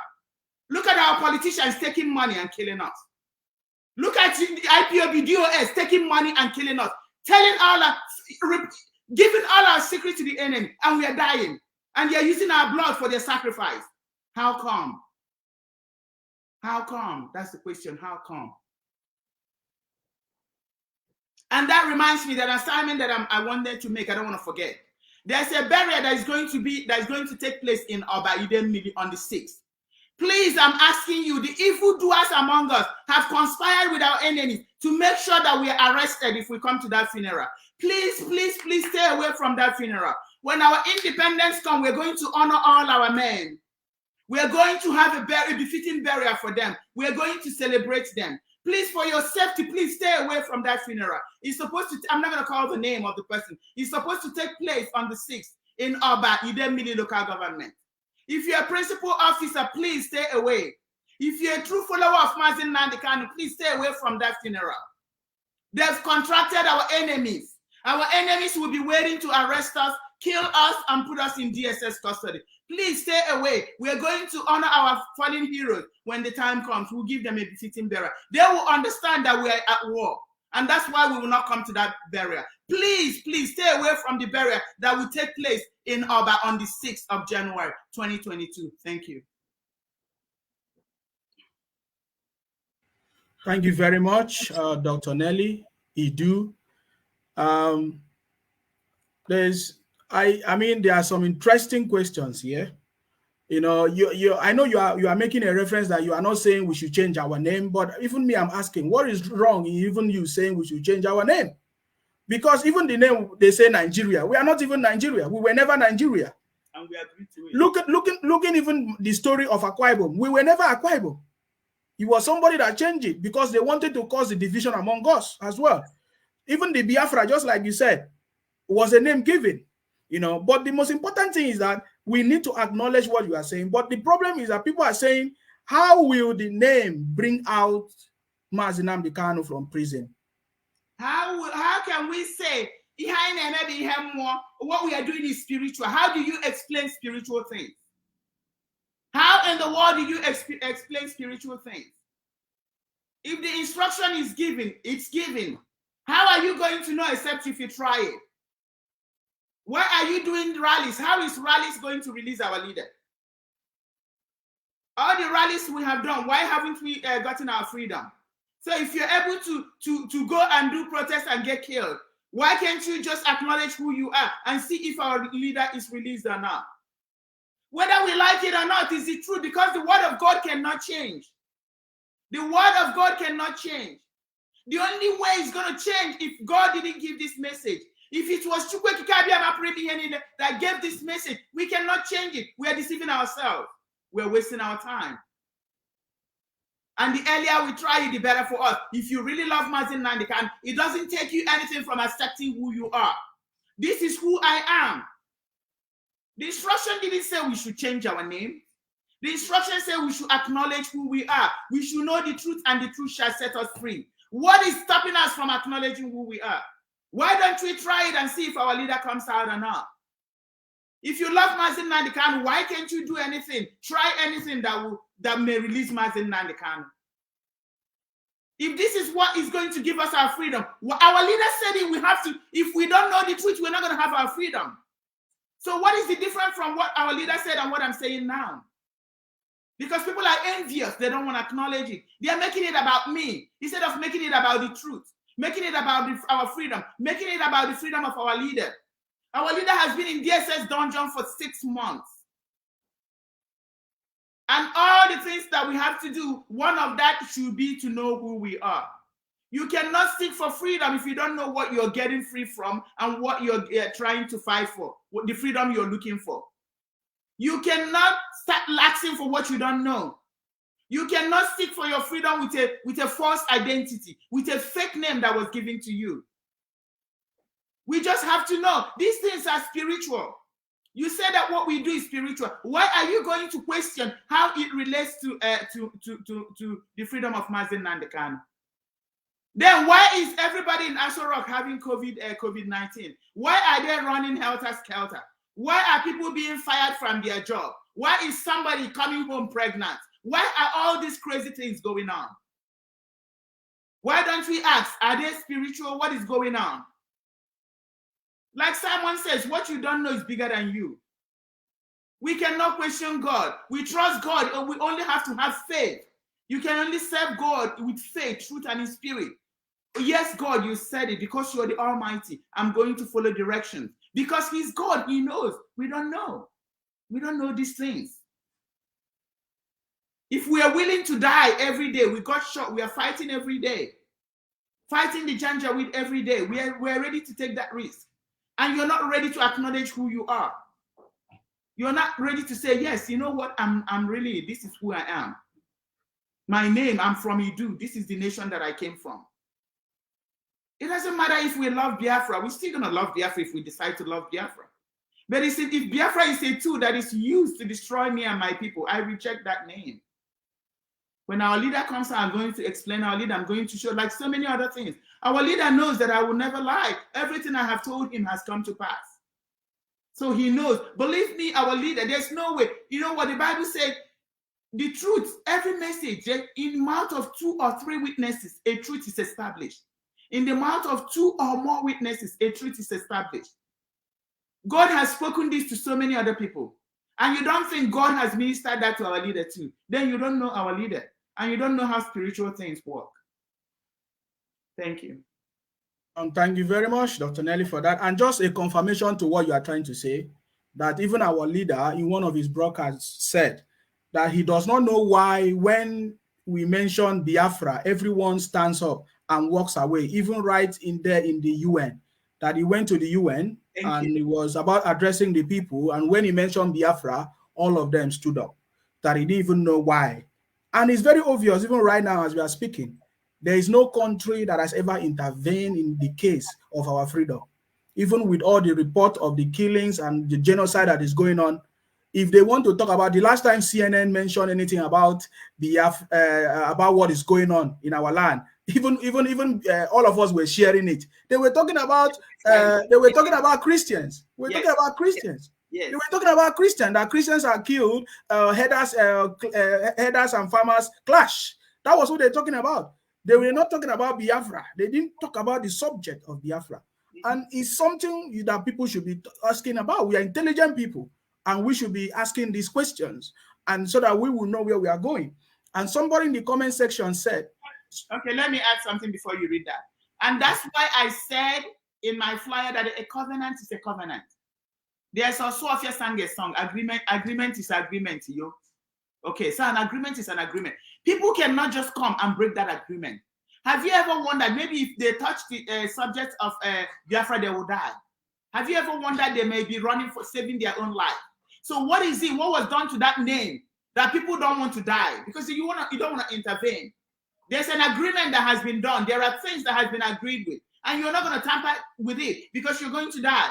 And let me tell you, everybody that has fought against the nation of Idu, from the onset, they will all be wiped out from the surface of the earth. Even their generation, nobody will inhabit this earth as we move to the new dispensation. We are getting away from the old dispensation into the new dispensation. And that's why the kingdom of heaven and earth has to come. And nobody that has fought against the kingdom of heaven shall be a partaker of this new dispensation. Them and their children, even if it's their 20th generation, they will be all wiped out. There's no way they will step into the next dispensation. Believe me, by next year, you're going to see people die. People are going to die like crazy. Every nation that has refused to intervene in the issue of Idu, they will all die for Idu's sake. Everybody that has fought against Idu, they will all die. Their children and their children's children, even up until this generation, they will all be wiped out from the surface of the earth. Because you cannot fight against the people of God and get scot-free. When we sin against God, God will turn his back. He has done it to our brothers. He has done it to people. When you sin against God, because the Bible says, what separates us from the love of God? It's only sin that separates us from the love of God. When we sin, God turned his back and they conquered us and enslaved us. It's only this atonement. We've been doing it. We've been atoning. We've been asking for, we've been trying to make remedy so that we can make peace with God. And God will unite with us because we are his children. And God will punish everybody that has fought against us. Them and their generations will be wiped out from the surface of this earth. Write it down, because even in the next 200 years, our generation will say there's a woman called Nelly that said it, because it's going to come to pass. They will all be wiped out from the surface of anybody that have raised their hand against the nation of Idu. Them and their entire generation will be wiped out. Anybody that has raised his hand against mazi Nnamdi, them and their entire generations will be wiped out, because this is the word of God. We sin, yes, even when we ask for forgiveness, God has forgiven us, but the consequence is there. The consequence, we're still suffering the consequence. And the people that are used to destroy, they will suffer the consequence. The consequence is that in the next dispensation, nobody from their seed shall enter into the new dispensation. They will all be wiped out. I don't care if it's Queen Elizabeth. Her and her entire generation will be wiped out. They will never enter the next dispensation. We're going into the next dispensation. And none of them, be it Germany, be it anyone, be it the Portuguese, be it the British, anybody that had a part and had a hand in that covenant, none of them, none of their offspring will exist. Even people inside among us that have been used to fight us, none of their offspring will exist. None of them. Only the pure-hearted will get into the new dispensation. Thank you. Thank you very much, Dr. Nelly. I think what I want to ask you now is, let us talk about this covenant. What was the nature of this covenant? And that was taken, you know, I know they entered into a covenant, maybe about this name, Biafra. So what was the nature of this covenant, and which people did it? Was it like a blood sacrifice, or what do you have a knowledge about it a little bit? Just a little bit. I don't know much. That's why we need to look into it. What I can tell you is there's a blood covenant. There's an agreement. And our ancestors were part of this agreement. Why they were lied to, they were manipulated, they were deceived, whatever it was, or they were pure evil. Maybe devil entered into them.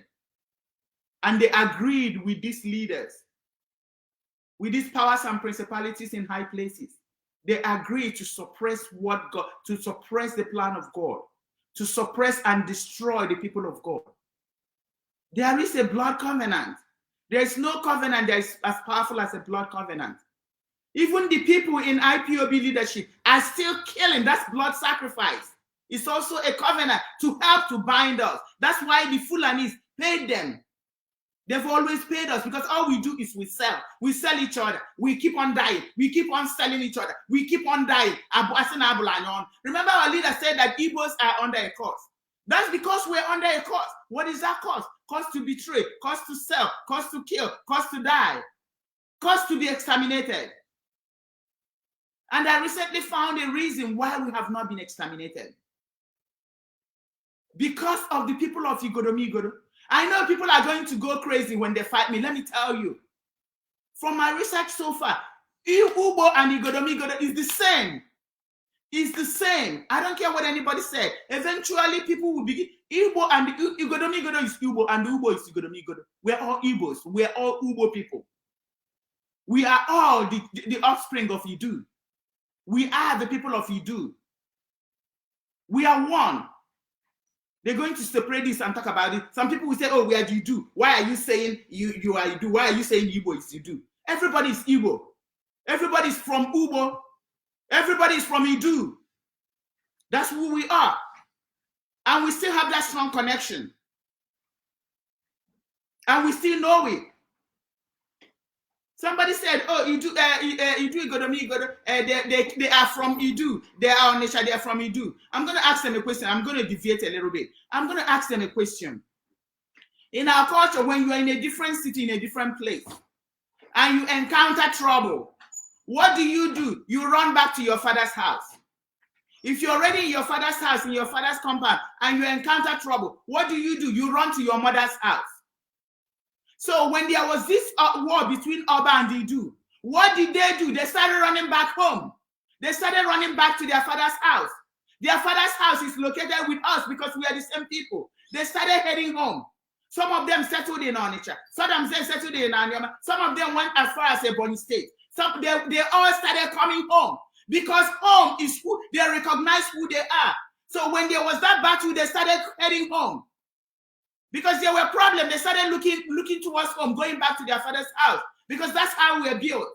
If you're in your father's house and you encounter a problem, you run to your mother's house where your mother came from. So there we are running, they were heading back home. Because they moved over there, they migrated over there. We're still going to talk about the reason why they moved over there. When that war came, they started coming home. Because they are Igbos, that's who they are. And then when they moved over there, they kept that name, which is the only salvation we have. I'm going to talk about it at another time. Because they moved and they still retained the name Idu. Everything they did, they retained the name Idu. That is the only reason we have not been exterminated. Because there are some people that is still pronouncing our name, that is still making our name manifest. That's why we prosper in everything we touch. Even though we betray and kill each other. That's why everything we touch, we excel. Because that's who we are meant to be. Because there is still a segment of us that still remembered who we are. There's still a minute segment of us that is still pronouncing our name. Because everything you see is created by the word of the mouth. Because life and death lies in our tongue. This very minute family member, we are still pronouncing Idu, Igodomigodo. Among all of us, they are the only ones that still mention Idu. And that name is what has been saving us. That's why we've not been exterminated from the surface of this earth. Without them still remembering who we are and mentioning our name, history would have been different, who knows, most likely. And if anybody is going to argue with me that Igodomigodo is not Igbo, then let them bring it. We are all the same Igbo. Everybody, we are Igbo. We are the people of Igbo. We are Igbo. They changed it to I. Let me call it Igbo. They are Igbo. But if for some reason they went there and started answering Igodomigodo, because the will of God will always happen. Igodomigodo means the key that opens the key. What key? And what key is he opening? We're going to find out. All I'm going to tell you is that anybody that's telling me Igbo is not Idu is only Igodomigodo, give me a break. How come they started heading home? They started running back to their origin. They started running back to their father's house during the war. But we betrayed them. We didn't help them, just like we're betraying each other. We didn't go to help them. And the Yorubas, and they conquered them, gave them foreign fake names.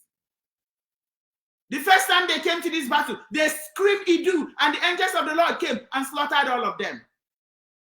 I even got a different version that the trees fell, tree branches came and killed them. What did they do? They went back and they came and raped an Idu woman and raped her so that they will bring a seed forth, so that they will have inheritance. They have a claim to the land. They raped her, they brought forth a child. And with that child, they were able to hold, to have some kind of hold, to claim they possess the land. because they planted their seed in the land. That's what the Fulanis are doing right now. They are killing all our young men, raping people, trying to make sure that our women bear fruit, bear their seed, bear their evil seed, so that they can have claim over our land. They are killing all our young men, selling their penises overseas for people to use for pepper soup, selling their kidneys, selling their liver, raping our women, hoping to get them pregnant so that they will produce seed, so that they will have claim to the Idu land. But it's not going to happen, because this is the time for the kingdom of heaven to come down on earth. Thank you. Thank you very much, Dr. Nelly. I don't know how many more time you have, but there's a question. There's a comment that somebody made here, and that is even reason why we are doing what we are doing. Anna Your Cosmos said, "Did your leader got abducted because of Idu Nation? 1967 genocide, was it because of Idu Nation? I don't understand." Because he's a fool and he will never understand. He's a fool, don't you see? Do you even have to even give? He's a fool. He's a fool, big fool. He will never understand because he's dumb. He's dumb. And the spirit of Idu will destroy him and his family. Anybody that is fighting against the nation of Idu, their generation will never enter into Idu land. He is evil, and he will be wiped out from the surface of this earth, him and his generation. You cannot fight against Idu and still be alive. Thank you. And I want to ask you, the question I want to ask you is, maybe we can take it to two questions at the same time. At what point are we gonna do? Are we waiting for people to start announcing that they are Idu, that they reject the name Biafra? At what point are we waiting for people to start saying, okay, I reject Biafra or I accept Idu? You know what? I'm only a messenger. I don't know how it's gonna work. Every one of us have been given assignments.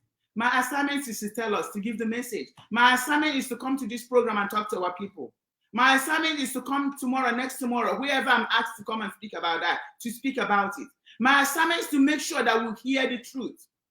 I'm not going to be the one to go to their heart and convict them.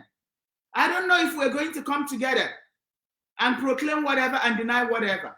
All my job is to tell us the truth, to make us understand the truth. How it's going to work, I don't know. Because God is the one that knows all things. God himself is the one that knows what he's doing. I'm only a messenger. I'm giving a message. I'm delivering. How God is going to use that message, I don't know. It will be my fault if I refuse to deliver the message. It's going to be the fault of the nation if they refuse to accept the message. I think that's how it works. I don't think you can force any. But I know that Jehovah Chukwuekike Abiyama himself is doing his own thing the way he wants it. Because he said that he's going to give us our freedom. And that we will know that he single-handedly gave it to us. Because he's a jealous God and his glory he shares with no man. He's not going to share his glory with any man. That's why he's going to do it his own way. So believe me, I think my job is to give the message out. I think God is going to do it his own way. We're all going to watch and see how it plays out. Thank you. Thank you very much. I will just take one of these questions here. Why? Because I want to play one of the audio of our leader when he was talking about this issue, and when somebody. But I just want to take one of the questions that somebody asked here that it just disappeared. Lots of message came and it didn't disappear. And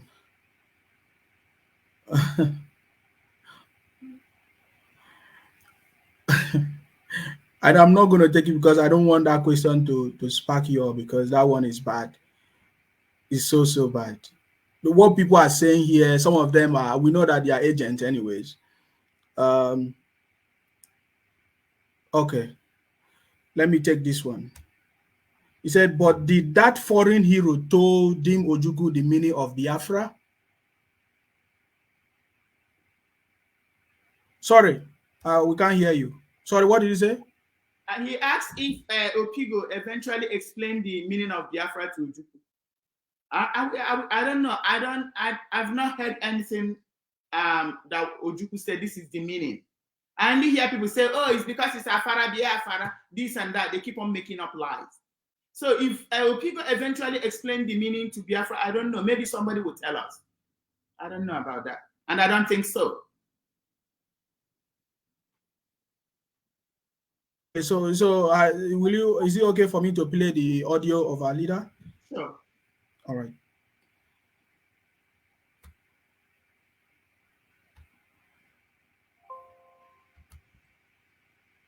Can you hear me? No. There is a noise at the back. Yes, your name and where you're calling from, please. Oh, good morning, my leader. Good morning. My name is Adeola. Adeola, yes. Yes, I'm calling from Dublin. From Dublin. Thank you very, very much. Yes. Adeola, yes. I am not your leader. Before your people will start complaining that I'm taking over your land, please. You are Adeola. You're Ududuwa, is that correct? Yes, I am Ududuwa. Oh, please, your leaders are your leaders are the very great man that I respect very much. Paya Debanjo, Akintoye,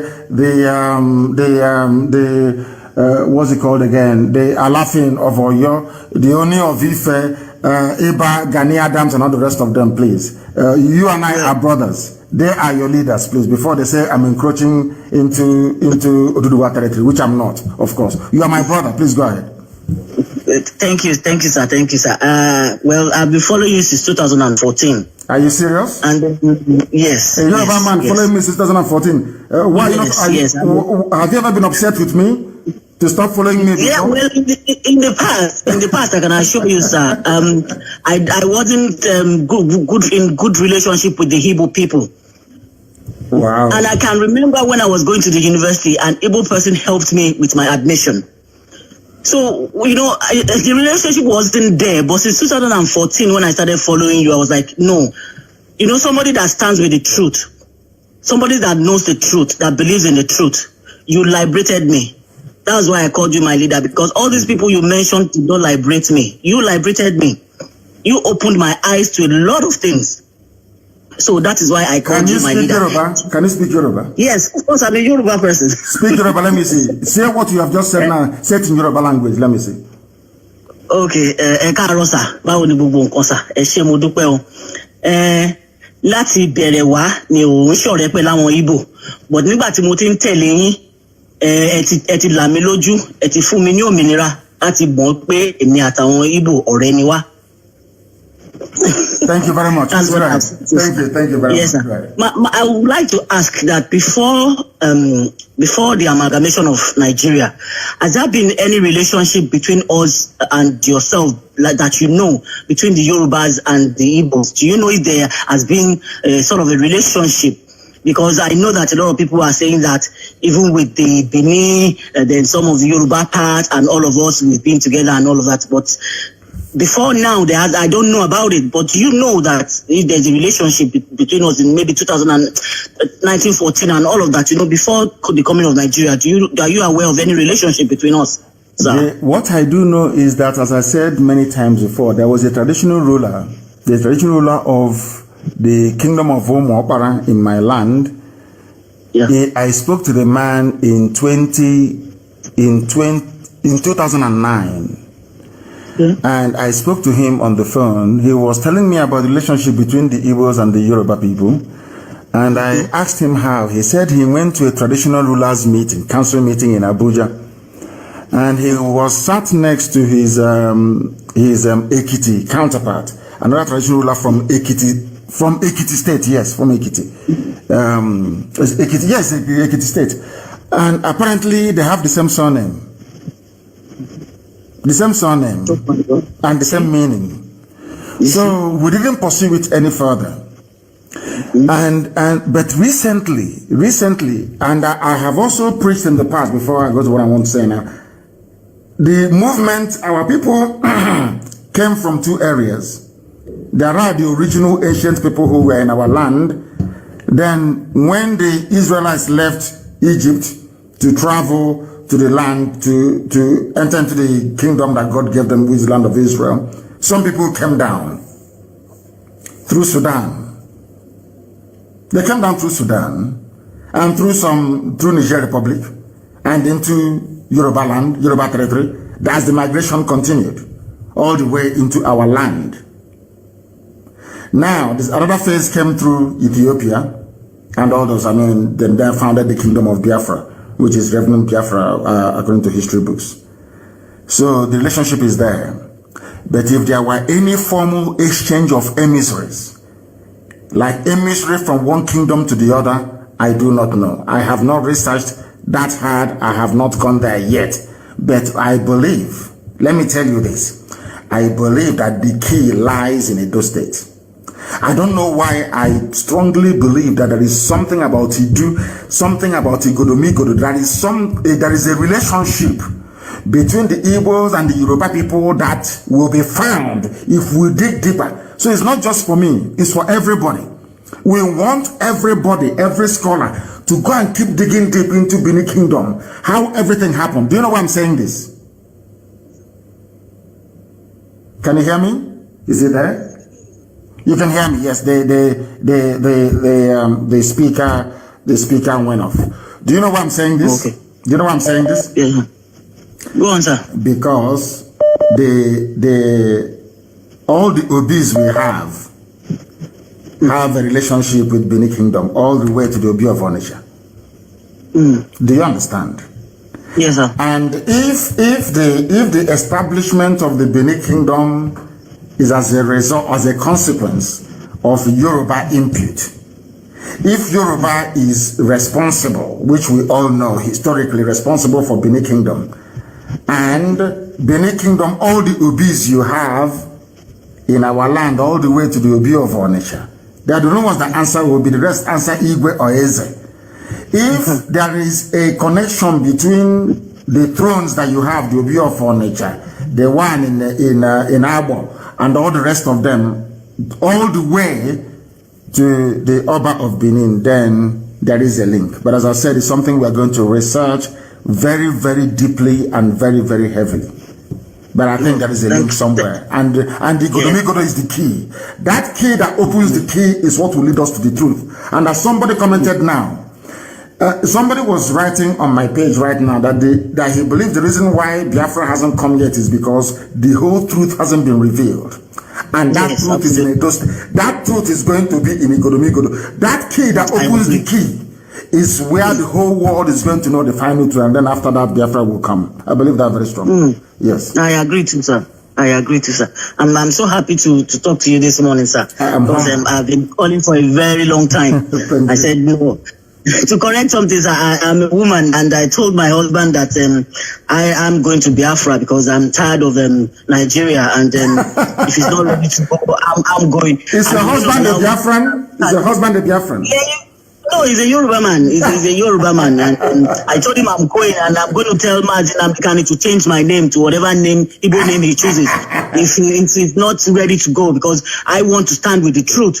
Because know the truth and it shall set you free. It's true. That is it. That is what we need now. We need freedom. We've suffered for too long. Let me tell you. I took care of my parents. I'm taking care of my children. Who's going to take care of me? It's true. It is hard. So I'm going with Biafra if he doesn't mind. So thank you very much, my sister. And let me say something to you.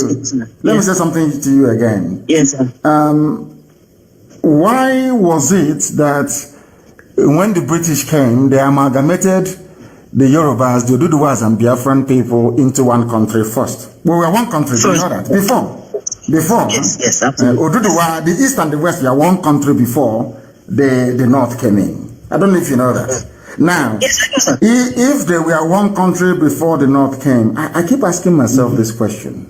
Why didn't I keep asking, why didn't Awo and Zeke come together and say to hell with this Janjaweed from the north? I don't know what they did. I can't understand what maybe the whole truth hasn't been revealed. Maybe, as our brother said, the whole truth hasn't been revealed. And in the Godomigodo, we're going to find it. Thank you very much, my dear sister, for calling and for enlightening us this very. And for the, I wouldn't say for the first time, but today, Yoruba language has been spoken on Radio Biafra to show that we are accommodating. We want everybody to be free. Yes. I'm the first, thank God. Yes, thank you very much, my dear sister. Thank you very, very much.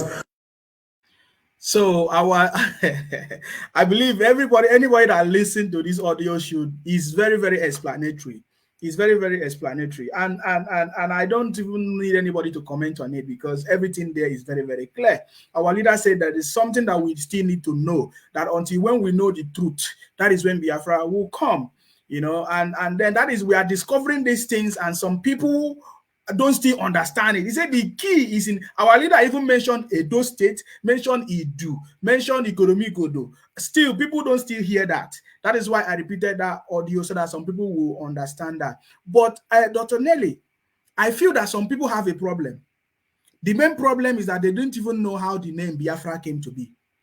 Can you just educate us properly? How do we start answering the name Biafra? Because I know you said it, that it was this man that suggested the name to Ojukwu, and from there, let people understand, because they feel like us talking about another name is a confusion. How did we just started using that name Biafra?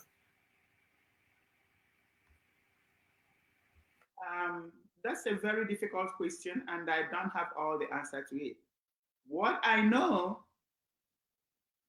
even hearing it from our leader's mouth, is that somebody called Opigo, after the Aburi Accord, when they were having the meeting, when they decided to go with it, when Ojukwu decided to go with his people, and Opigo suggested the name. And then our eternal leader asked, why Biafra? And he said, I will explain it to you later on. Whether he explained it to him, I don't know.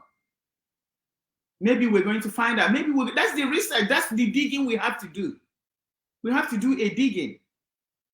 And then I was in a forum, somebody was showing the bit of Biafra, the map, and all those things.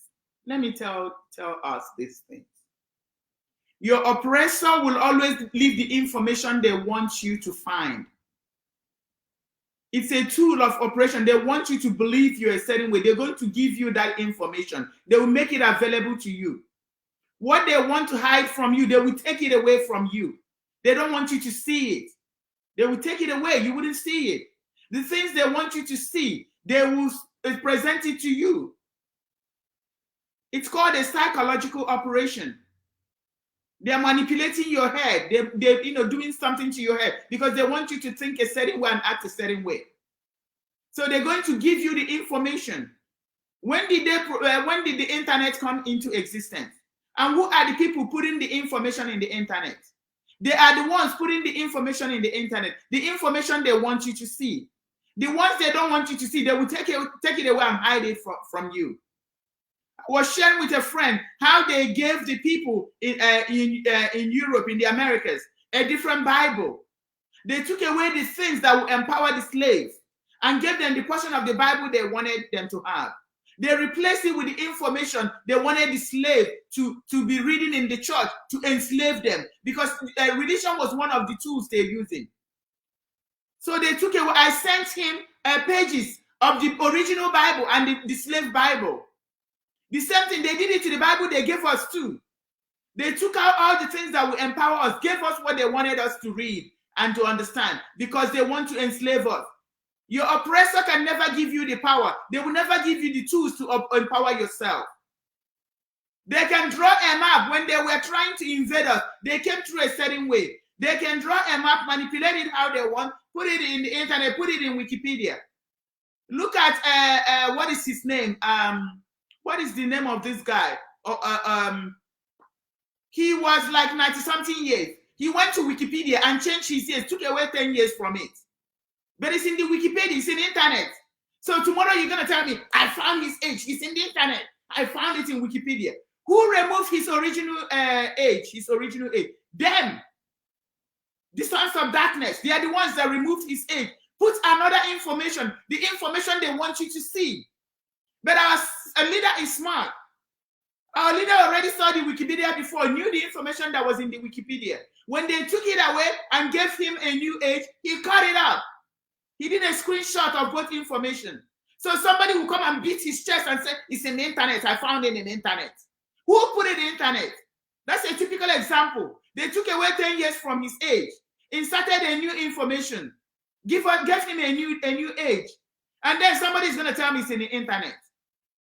They conquered us. They gave us Biafra. They put that the map was created in 18th century and put it in the internet for you. The internet is garbage in, garbage out. They give you the information they want you to access.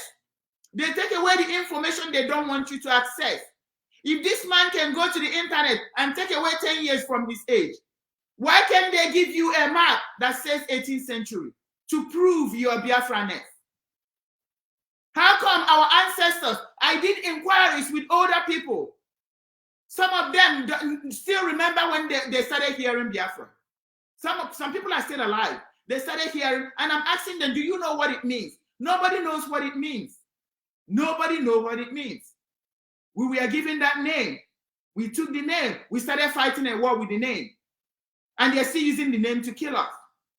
And these old people don't know the origin. I've tried to find out what does it mean. Can somebody tell me what it means? Nobody's still able to tell me what it means. And I'm waiting for your audience to come up with a meaning because we want to know what this technically means. And then don't tell me you found a map. Whoever wants to enslave you will give you the map that you're looking for. When they give you the name, they're going to validate the name. When they don't want, they will take it away. It happened in our eyes a few months ago, last year. Somebody reduced his age, took away 10 years in the same internet. So now you're going to argue how old he is because you found it in the internet.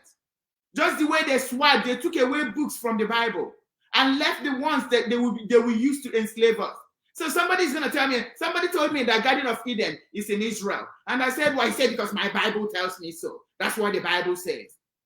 How can the Bible tell you that the Garden of Israel is Garden of Eden is in Israel when Israel came from us? From what you just heard, some people came back. They came back through Sudan. What are they coming back? They're coming to their origin, to their father's house. They're coming back to where they started. They went there in search of food, and after some years, things didn't work out. They started looking to come back home. Our ancestors came back home. Some people who went to Israel, who were in the land of Canaan, they still started looking for their brother, for their siblings. They came home. That's why all the migrations were happening. They were all coming home. And then you're going to tell me that home is no longer where Garden of Eden is. That home is going to be in a land that is promised to them. This is a land that was promised to them. This is not their original home. Their original home is here in Idu. And the Garden of Eden is in their original home. And some of them came back from wherever they went and came back to original home. That's why the migration. And you're going to tell me my Bible tells me so. What logic, common sense tells you? What if your Bible is telling you that and your common sense is telling you that these people came from here, migrated, went in search of food to Egypt. From Egypt, they went to Canaan. Some people came from Egypt, came home to their father's compound. Some people came from Canaan to their father's compound. All of them came back. Just like the people of Igodomi, they started coming back after the war with the other people, Yoruba people. We are coming. We are all the same. We are Igbos. We are the people. This is our nation, Idu. Even the children of Israel, that is their home. Their home is where we are. Some of them are staying in the promised land. Some of them will eventually, when we get our independence, some of them may decide to come back home. This is the home where all of us started from. And you're going to tell me, my Bible tells me so. The Garden of Eden is in Israel. Why the inferiority complex? Because they want to destroy us. They want to make us inferior in everything, even denying that the Garden of Eden is where we are sitting. We want to make it, because we are people of no history. The little history we have, we are attaching to it. Oh, we are from Israel. We are this. Because they brainwashed us, took away our entire history. And now we are having something to hold on to. All of a sudden, we have a history. Oh, thank God we have a history. We just didn't fall from the sky. Oh, we are from Israel. No, we are not from Israel. Israel is from Idu. We all went to look for food after they sold, selling. After they had sold their brother. Sell. We're still selling up to today. They sold their brother. They were now enslaved for selling their brother. They thought they were looking for food. No, they were paying the price for selling their brother. That's why they went looking for food. That's why they were enslaved. That's why God and some of his siblings started coming down home. You always come back home. You always come back to your origin. That's why he came back to his origin. He came back to where he started. Some of them went to the promised land. They stayed in the wilderness all these years. Ended up in the promised land, in the land of Canaan. For reasons known to them, they decided to come back home. Everybody is from home. You always come back home. Whenever things doesn't work for you, you come back home. You come to your father's compound. When you have problem in your father's compound, you go to your mother's compound. You go to where your mother came from. We either go back to our mother or we go back to our father. So after their sojourn, they came back home. We're all still going to come back home because we are the same people. Everybody, we are Igbos. We are here. We are the people of Idu. The land of the land that's filled with milk and honey. The Garden of Eden is in Idu. Even Israel knows that it's in Idu.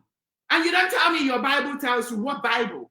Who manipulated the Bible? Do you want me to tell you the story of the Bible? I went to Bible school. I'm a pastor. I'm technically a pastor. I will tell you I've dug into the Bible. I know about the Bible. I know about things that were removed in the Bible. I know about the books that were hidden. So I will tell you more about that Bible that tells you that Garden of Eden is in Israel. That is pure stupidity. We need to wake up. They've lied to us enough. We can't buy into that lie anymore. We are intelligent. We have to help bring this kingdom of heaven on earth. The kingdom of heaven was on earth before Lucifer came. And he's going to come back because we're entering into a new dispensation. There's going to be world peace. We're going to live the way God ordained for us to live. We're going to live like kings and queens, princes and princesses. We're going to be honored and respected all over the world. Our nation is going to be the most powerful nation in the world. We're going to be the most admired people in the world. We're going to be the most spiritual people in the world. That is who we are. And the earlier we acknowledge it, the earlier we wash off these lies from our head, the better for us. The earlier we acknowledge who we are so that we can get into our own promised land. Believe me, even the people in Israel, people living over there will come back home. Because the spirit of Idu will bring all our children back home. Thank you. Thank you very much, Dr. Nelly. I must say you are doing the work of a man. All our men are busy gossiping on radio. Gossiping. The next question I want to ask you, if you have another time, is the question is, what is the proof that all these things you are saying is the truth? Because you keep on saying that the message was delivered to you. Who delivered the message to you? Or because some people say that you are being manipulated by some people calling you from Benin City or from Edo, telling you stories. That who is the person that delivered this message to you? Or you are being manipulated by these people that called you to confuse you? Please answer that question. So the first question is who gave me the message? Yes, who gave you this message? What is the proof that you have? The message came from God. The message came from God, and I delivered the message. They can go hit their head in the pillar. They can take a rope and commit suicide. It doesn't change. It doesn't change me. It doesn't move me. My message to our people is a divine message. It's a message from Chukwuekike because our freedom is near. All the things that he has told me is because our freedom is near, and we have to know this truth so that we can be free. So they can take a rope and hang themselves. I don't care. And I'm going to keep on saying it. And I know who the message is from. And I'm telling you, it's a divine message. So if somebody called me to confirm that message, it's none of their business. God has used other people. God has used other people that are not even from Edo State to confirm the same messages. People have called me. Even things that I've not said, even things that I've not spoken out, people have called me to share that message with me. And it was so difficult for me to keep it a secret. Eventually I said, yes, on this day I received this message. You are right, because the Bible said in the mouth of 2 or more witnesses, a truth is established. So they can go and hang the transformer. I don't effing care. Thank you. Okay. Thank you very much. So you have answered the question. And just to say that, as a result of these revelations and this conversation about Idu, many people from Akwa Ibom have also come up with their own research. And some of them have sent me some research about it. The other day, somebody told me that there is Idu Uran. Idu Uran is Uruan is a local government in Akwa Ibom. So, and then somebody came and said that there's Idu Uruan in Akwa Ibom as well. And many people are making more research to come up to review, just to confirm, because it's not only Edo people are confirming it. That's why that's why I asked you that question. That some people say it's Edo people that are calling you to confuse you. But is it true that Edo people are calling you to confuse you? Can you answer that question? Heck no, I'm the one calling them to make investigations because they are still the link to our name. These people are still the link to our name. I even got people who called me. This man is an Igbo man. He's the youngest. He went with the sword of Idu. I'm still trying to talk to our elders to find out, where is that sword of Idu? Igodo went with that sword. They said we need that sword back so that the spirit of our land will fight the battle like she has been fighting before. So they are the only link. Check all of us. How many of us still attach our name, our real name, Idu, to their name? It's only the people of Igodomi Igodo, and they are claiming they are different. Igodomi Igodo is not different.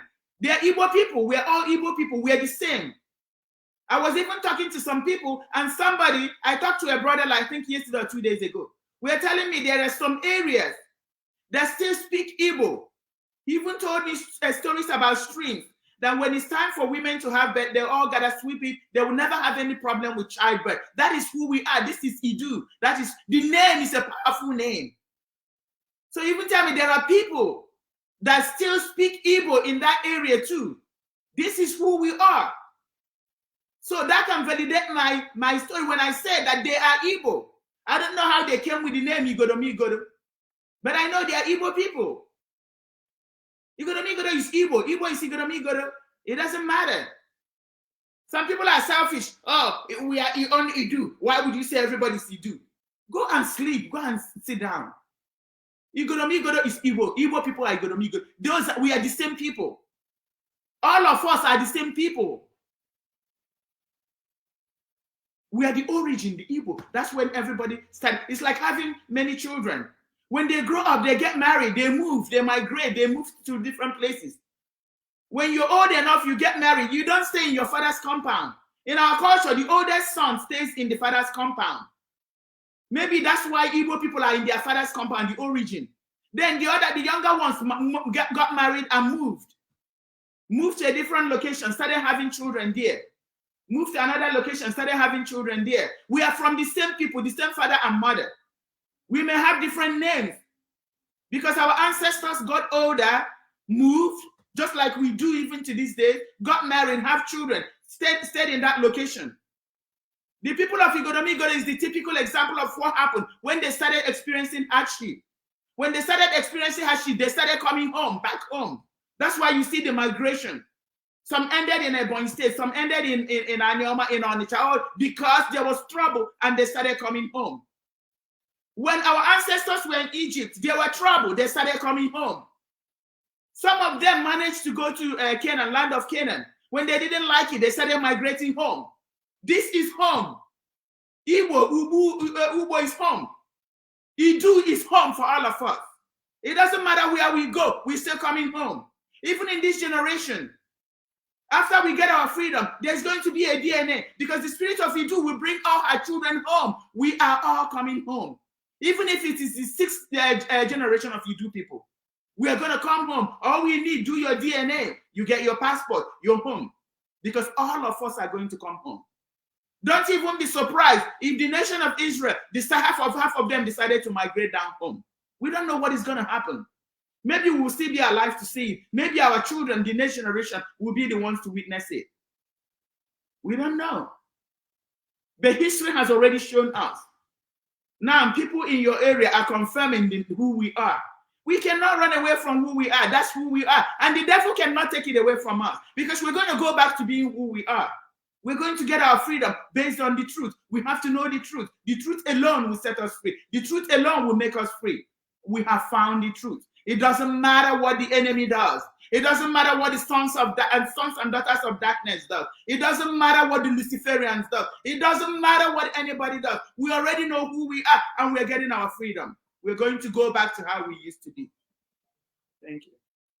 Thank you very much. We all understand that for me, listening to you is something that makes us understand that the do is something that going to unite us together. It's a unifying factor. And just like I said, that people in Akwa Ibom have also started doing research, and they have come up with more kind of evidence that there's a do in Akwa Ibom, Idu Urwan in Akwa Ibom, one of the local government, and more people are still doing research. And we have also got information from people in Anambra, Imo, other places like that. That is a unifying factor, and we will not need to have a referendum. I know I've said that many times, but the question is, why did you wait until our leader was kidnapped before this revelation came? Because it's like this: if our leader had known this, or this revelation was out, maybe our leader could have not been sold out. Why do you wait now? Because many people say that you are wicked, that you are evil for not saying this before our leader was kidnapped. Thank you. I think they should direct the question to God. Why should God wait? Because when I'm giving the message is when I delivered it. I even hesitated. I know the experience I got. I know what happened to me. And I ran and delivered the message. So I think they should direct that question to God. God, why did you wait? Why did you wait until our leader was abducted? They have to understand that everything is working together for our own good. Everything is working in according to God's timetable. Our leader said that strange things will happen after we finish reading the book of Psalms. We didn't read the book of Psalm 1 to 52 years ago, last year. After we read it, things started happening. He said that things that are stranger than fiction will happen. Very strange things will happen. Strange things are happening. I delivered the message when I was when I received it. If I received it earlier, it would have made life much more easier, because it would have come out in the mouth of our leader. There are so many things that I've spoken to our leader. As soon as I get the message, I will text our leader. And when I text him, I'm going to make sure to call him. He's a very busy man. I'll be like, did you receive my text? He'll be like, which one? Which message are you talking? Because I send tons of messages. Which one? I said, oh, the one for this date and this date. And he'll be like, okay, let me go and read it. Maybe he'll read it from his day. Okay, that's when I know that he read it. I always want to make sure he reads it. So I wouldn't have hesitated into telling him this is the information I got. And he always verifies it. Most of the time, believe me, he will tell me, yes, I know. He'll be like, yes, you're correct, I know. Because he always knows that. I think my giving it back to him is always like a validation or a confirmation. Because I don't think he has ever said, oh, he didn't know, he will think about it or whatever. So that is the time God chose according to his timetable.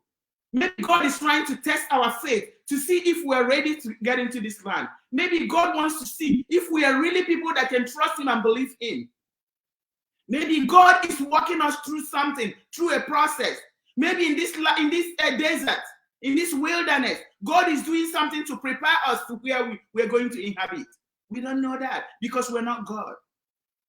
Because God is the one, he's the omniscient, he's the one that knoweth all things.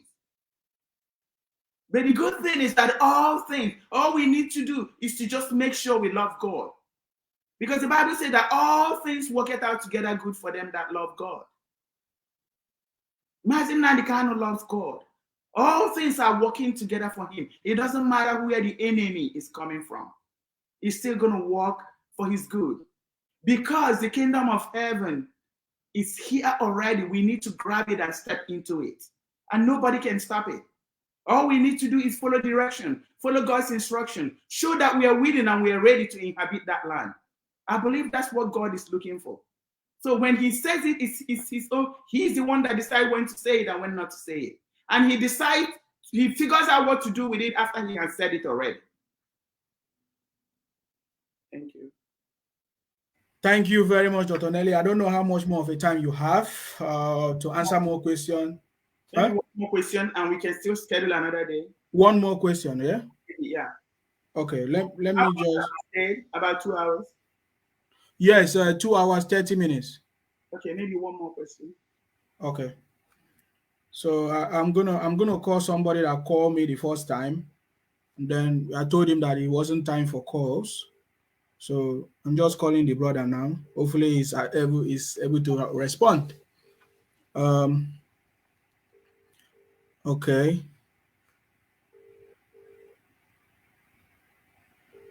And as we are waiting for this brother, please can you answer this question? This person has been asking this question for long. He said, please, my brother Nsima, ask her the fate of our leader Mazi Nnamdi Kanu, whether he's going to come out alive or die in detention, because I'm afraid that Zoo government will like to kill her to quench the struggle. Okay. So the question, nobody born of woman or man can destroy our leader. Nobody has nobody, doesn't matter what they do.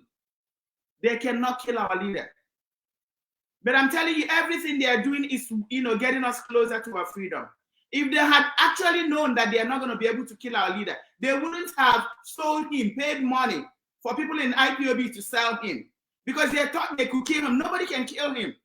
If they had known they couldn't kill him, I don't think they would have taken the risk. Because they sold our leader, and he's in DSS dungeon. All these truths are coming out. Believe me, if our leader was here, I wouldn't be speaking. He wouldn't let me there things. He would tell me, wait. No matter how much trouble I make, he would tell, because I will always have to get consent from him before I speak. Our leader trusts some people. Our leader don't like people being hurt. Feeling people they pretend I'm in pain. You say this, my heart attack. Nelly said this, and I'm having a heart attack. Our leader don't want anybody to have a heart attack. That's why we're able to say this and talk about it now. Nobody can kill our leader. They can try, do whatever they want. No human can kill our leader. So I'm telling you, they don't have the ability to kill our leader. They've been trying everything possible. It took them more than a week to try to kill our leader in Kenya. They didn't kill him. They keep on poisoning him every day. They put this clothes. Do you think the clothes he's wearing is just for fancy? They know what they did. Everything is to destroy him. Everything is to destroy his memory. But it's not possible. We are the ones, when we are ready, we will show God that we are ready, and our leader will be released. Because they cannot hold him. He's a prophet. He's a savior for us when the time is ready. And he cannot die again, because Christ already died for our freedom. All this thing is preparing us to get into our promised land. Everything that is happening is working for our own good. It's working towards our freedom. It doesn't matter how many times they try to poison him in DSS dungeon. They cannot kill him. It doesn't matter how many times they shoot needles, shoot everything, take blood from his body 21 times, and people are telling us after the fact because they want to do fundraising. It doesn't matter if they see him. Some people look at Nnamdi Kanu, all they see is money, dollar, euro, naira. That's what they see. That's all they care about. It doesn't matter what they do. Nobody can destroy him. At the appointed time, when we do the things that are necessary, Jehovah Chukwekike Abiyama is going to bring out his son.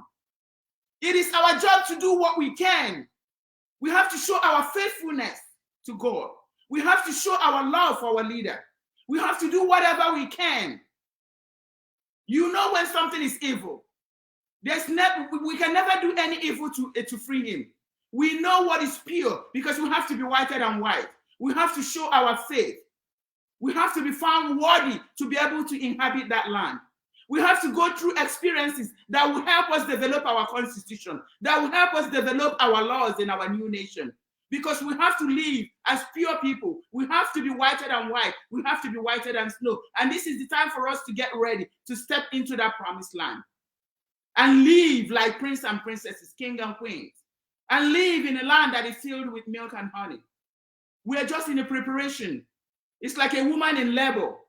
We're going through the labor pains. And part of it is our faithfulness. And God will release our leader when the time comes. Nobody can kill our leader. Nobody can destroy. It doesn't matter. They can poison him every single day in DSS dungeon. They will not be able to take away his life. Thank you. Very much, Dr. Nelly. We have a caller on the line. He said he has a question. Hello, what is your name and where are you calling from, please? Yeah, I'm Nelson by name. I'm calling from Germany. Yes. I just want to ask Dr. Nelly a question because she said something, she make mention about the Israelites, that they will be coming home, they will test, they will collect their DNA. Is it the ones in the Middle East or the ones late Adolf Hitler called the necklace of God that are in America? So I want to know the one she's talking about. All right, thank you. She's going to answer. Listen. My dear, the answer to your question is that I don't know. All I know is that all the children of Idu are going to come back home. I know that people that are living in the land of Canaan, the Israelites, they are from Idu. Some of them may come home. We don't know. But one thing is sure, all of us are coming back home. Wherever we are all over the world, we are going to come back home. If some people choose to come home, if all of them come home, I don't know. If a few of them are coming home, I don't know. One thing is sure, we are coming home. It's not just people in Israel. It's us all over the world. We're going to come home. We're going to inhabit our land. We're going to live in our land. We're going to live in this land that has been given to us. That's one thing I know. So whoever is coming and who is not coming, I don't know. If the people of Israel choose to come, I don't know. Some part of them may decide to come. Don't forget that some of them still came and are living with us. So why would we be surprised if in the next 20 or 30 years, when we fix our nation and some group decide to come, they may not come, like in thousands. 2 or 3 people may decide to migrate. Maybe another year, 10 or 20 more people, 300,000 people. We don't know how it's going to come. But we know that God said that he's going to bring all his children. The spirit of Idu will bring all our children wherever we are. We are going to come home. That's one thing I know. Maybe with time, we're going to find the answer to this question. Thank you, Dr. Nelly. Can we just take this question? Hello, what's your name and where are you calling from, please? My name is Shimasa Joseph. I'm calling from Nigeria Arab Emirates. Yes, go ahead. What is your question? Okay. My question is to Dr. Nelly. I don't know. It's, when you are fostering a kind of a project, I believe you must understand everything in it. And when you are objecting against a certain thing, and you can be able to give a good clarification so that your listeners or your audience could be able to understand you, like maybe the people that in this platform that are listening have equally asked the same question. What is your question, brother? What is your question? My question is to Dr. Nelly is that has she been able, because if people keep asking some questions, you need to convince people what is the meaning of Biafra. When you say you don't believe in Biafra, automatically you need to give a clear understanding so that people will see reason and believe in you. So what is the meaning of Biafra that makes you to run away from Biafra and believing in Idu? I am your good follower, and I want you to answer me in a way that will correct more. My brother, did you not listen to the broadcast? All right, Dr. Nelly is saying something. Go ahead. What is the name of your village? He said, what is the name of your village? Do you have a village? What is the name? I came from Arochukwu, Abia State. What does Arochukwu mean? She said, what does Arochukwu mean? Abia State. Arochukwu and Abia State. Arochukwu mean before? Yeah, what is the meaning of Arochukwu? Arochukwu is the people of God. Arochukwu is the people of God.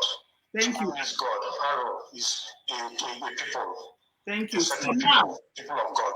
Thank you. Thank you. I'm glad you actually have a meaning to your. That's going to take my question to a different dimension. Now you know that Arochukwu is the arrow of God. People from what is the meaning of Biafra? Okay, she's asking you what is the meaning of Biafra, if you know. Do you know the meaning of Biafra? No, I don't know the meaning of Biafra because from my tender age, after the war, I was born after the war, about 8 years after the war. And the plight of Biafra has been a major concern to me. So when I talk about Biafra, I believe I'm talking about freedom.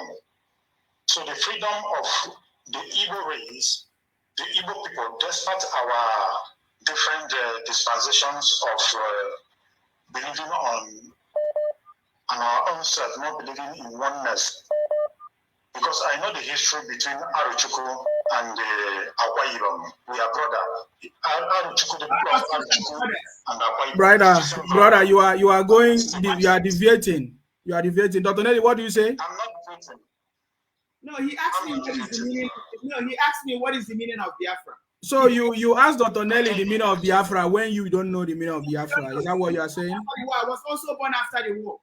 If you don't know the meaning of Biafra, why would you tell me the meaning of Biafra? Okay, brother.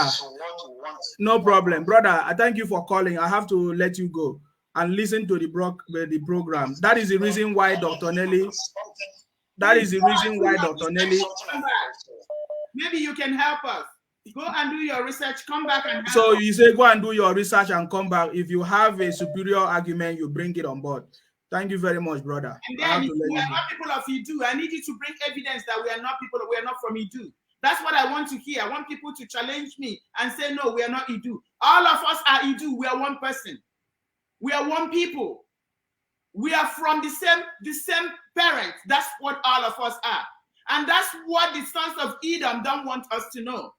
Because once we recognize who we are, our leader wouldn't be running helter-skelter, trying to convince people, you are Biafra, I'm not Biafra. You're Biafra. In fact, people that say they are not Biafra are right. They are right because they know who they are. They know they are not Biafra. They gave us a name that will bring a division among us.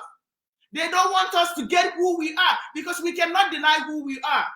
We are the people of Idu, and nobody can deny that we are the people of Idu. That's why they gave us a fake name, Biafra, knowing there's going to be division, knowing we will never come together to agree, because that's not who we are. That's a name that was invented and given to us. How can somebody invent a name and give to us? You know your father's name. You know your great-grandfather's name. And somebody will invent a name and give to you. Some people will say, no, that's not me. That's not me. That's not my name. That's why we have all this division. And that is what is holding our freedom. Because once we all unite and come together, we will get our freedom. That's why they gave us a fake name, knowing some people will not agree. Some people will fight against it. And do you blame them? It's not who they are. That's not their father's house. That's not their name. That's not their father's name. That's not their inheritance. That's a name that was invented and given to them. That's why they don't want to answer our name. Our real name are Idu, which unifies all of us, which when we come together, we get our freedom. They want that division. They want helter-skelter. People run, no, I'm not this, I'm not that. No. Then our leader for years suffered to tell us who we are, to unite us. Still, we are not united. Now God is exposing who we are, telling us who we are. We know it. But because he came from the wrong person, we don't want to acknowledge it. And we're going to keep on dying until we acknowledge it. We are the people of Idu. Like Insima said, we don't need a referendum because we know who we are. That's what they are afraid of. That's why all the powers and principalities, that's why all the leaders of the world don't want us to know who we are. Because once we know who we are going to unite and we fight for what belongs to us. So my brother, don't come up with questions that doesn't make any sense. Thank you very much, Dr. Nelly, for that. And upon what you are still explaining, we still have foolish people here. After this, I blocked this person. He said, please, what is the meaning of Biafra? You have not answered that question, Dr. Nelly. And that's what she's telling you. She's telling you that even she don't know the meaning of Biafra. Nobody knows the meaning of Biafra. But we know at least the meaning of Idu. And you are still coming here to talk nonsense, causing confusion. I'm going to block you so that next time when you come back alive, you can be able to learn properly. Dr. Nelly, I want to know if you still have more time because I have lots of calls. Do you want to take one or two again? The people who like to really talk with you. I don't know if you still have more time. It may be too. Don't let me fight with anybody because I'm not gonna. That's why I said allow me. When I want to talk, you talk. That's the problem. Allow me to talk. There are many things I can answer. Okay. Hello, what is your name and what is your where are you calling from, please? Go ahead. Hi, this is Paz. I'm calling from the United States. How are you doing today? Very well. Please, what is your question? I just want to say some certain things to Dr. Nelly. I appreciate her for all she's done. I like to also make some things clear to her that, you see, she said a lot of things that are currently happening, but unknowingly to her. Maybe she got it spiritually or whatever, maybe by proxy, whatever. A lot of things are really happening on that ground, which she might not even be aware, but based on what she's saying, she got a little knowledge of what's happening. Idu is Igodomigodo. Idu is Ubinu, and Idu is Bini. Idu is Igodomigodo. Idu is Ubinu, and Idu is Bini. If you watch currently why most people don't even understand why you have COVID-19 around the world. COVID-19 around the world came out just because some Israelites are tracing their DNA back to the Bini Empire. So people don't really understand this. And then currently in the United States, we have African American descendants tracing their origin back to Africa. Majority of them are the Jews. You understand that? So a lot is happening. If you recently watch, you find out that the artifact is being returned back to the Benin Kingdom. So that is a sign of something that is happening on that ground that people still don't really understand. So I just want her to understand that she's a little bit right, but she's missing up on certain things, but she's on the right track. Thank you very much, guys. Thank you for calling. Thank you. Yes, a lot of things are happening. My brother, there are certain things that things are going to unfold, and so many things will begin to unfold, and then probably that's time for me to talk about a couple of other things. You made mention of COVID-19. People don't know what is behind, what prompted COVID-19. When you tell them we are leaving an old dispensation and getting into a new dispensation, they will not understand it. They don't understand the reason for COVID-19. And believe me, my brother, if I start to talk about, they already think I'm crazy. What do you think? They're going to leave the message that I'm trying to deliver and start talking about something else. COVID-19, everything is because of us. Dr. Nelly. Hold on, let me finish. There's the new world religion. That was when the Lucifer was planning to take over the world. We were never supposed to come in existence. But because God has defeated the powers of darkness, God has defeated Lucifer. That's why Idu, the nation of Idu, the kingdom of God in heaven is going to come down on earth. And we're going to have the next 1,000 years of peace. There are so many things related to COVID-19. I'm sorry to say it. There are a lot of people that took this vaccine that is going to die next year. I don't want to go into that. This is designed. This is part of the Armageddon. There are so many things happening in America and all over the world. They don't understand that most of these leaders that you see are non-existent. Some of them are cloned. They are fake. They are not real. There are so many things that have happened. There is a war that went on. There is the war of Armageddon. It happened in America. It happened all over the world. Most of these leaders you see have died because they worship Lucifer. They're agents of darkness. They've been eliminated because God himself, the angels of God, fought this battle. People will go crazy when I tell them that Trump and Putin were the ones that God used to fight this battle. They will go crazy when I tell them that Trump, Putin, and mazi Nnamdi Kanu are the warriors that God is using to deliver us from the old dispensation to the new dispensation. There are so many things they won't understand. When the time comes up, we're going to start disclosing those things. But everybody that has fought Idu, they're going to die. Most of them have already died. It's just like we are IPOB. ESN is fighting battle, dying. Some people are celebrating, having birthdays, having marriages. But some people are in war. That is exactly what happened in America. People will find out what happened underground. People will find out the battle that happened between the White Hats and the Illuminati, the evil, the devil worshiper, the agents of darkness. People are going to find out their family members who lost their people in battle, in war, just like we're losing people in war. And other people are celebrating. People will begin to understand that when the Bible described Armageddon, it's entirely different from what we are seeing right now.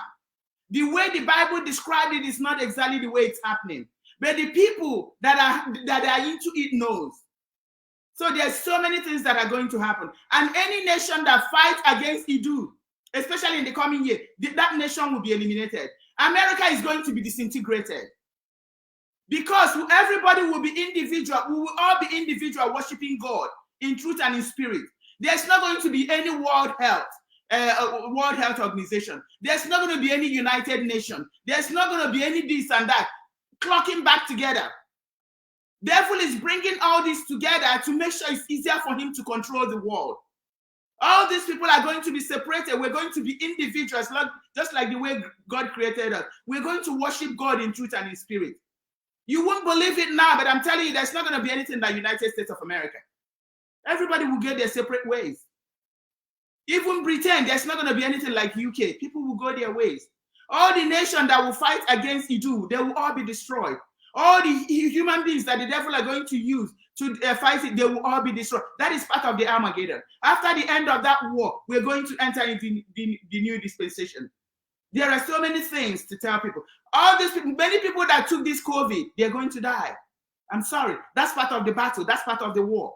There is so much going on. And there are things that I'm not going to get into. But I'm glad that you made that call. It gave me the opportunity to give a little bit of insight. So I feel sorry for people, anybody that is working against the restoration of our nation. I feel bad for them because they have no idea what is going on. Thank you.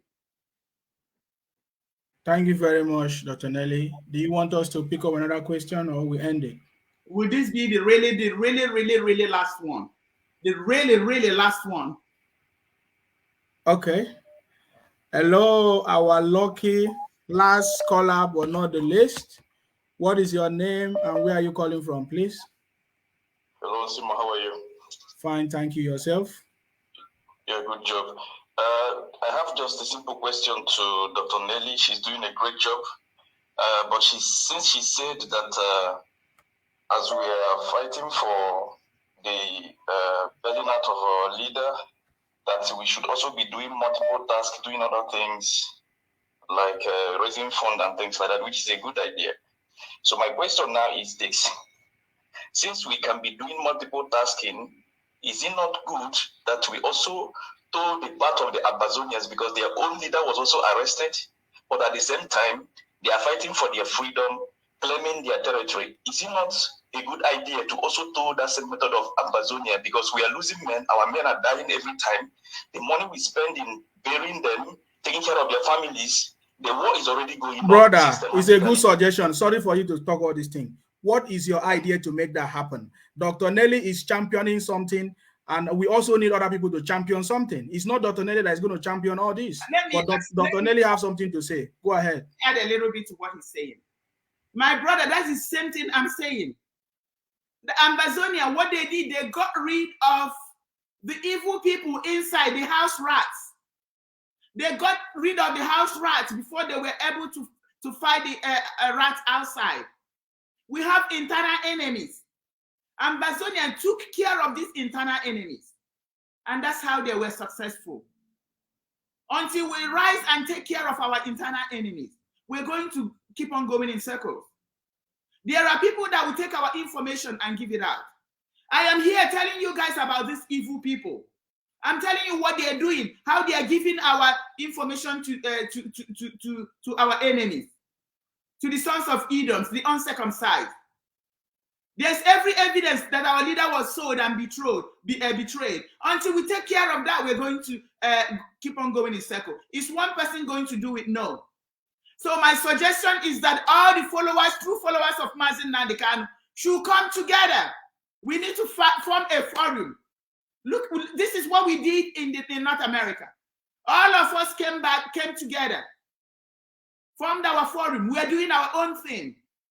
We don't care about DOS. We don't care about anything they are doing. We are doing our own thing.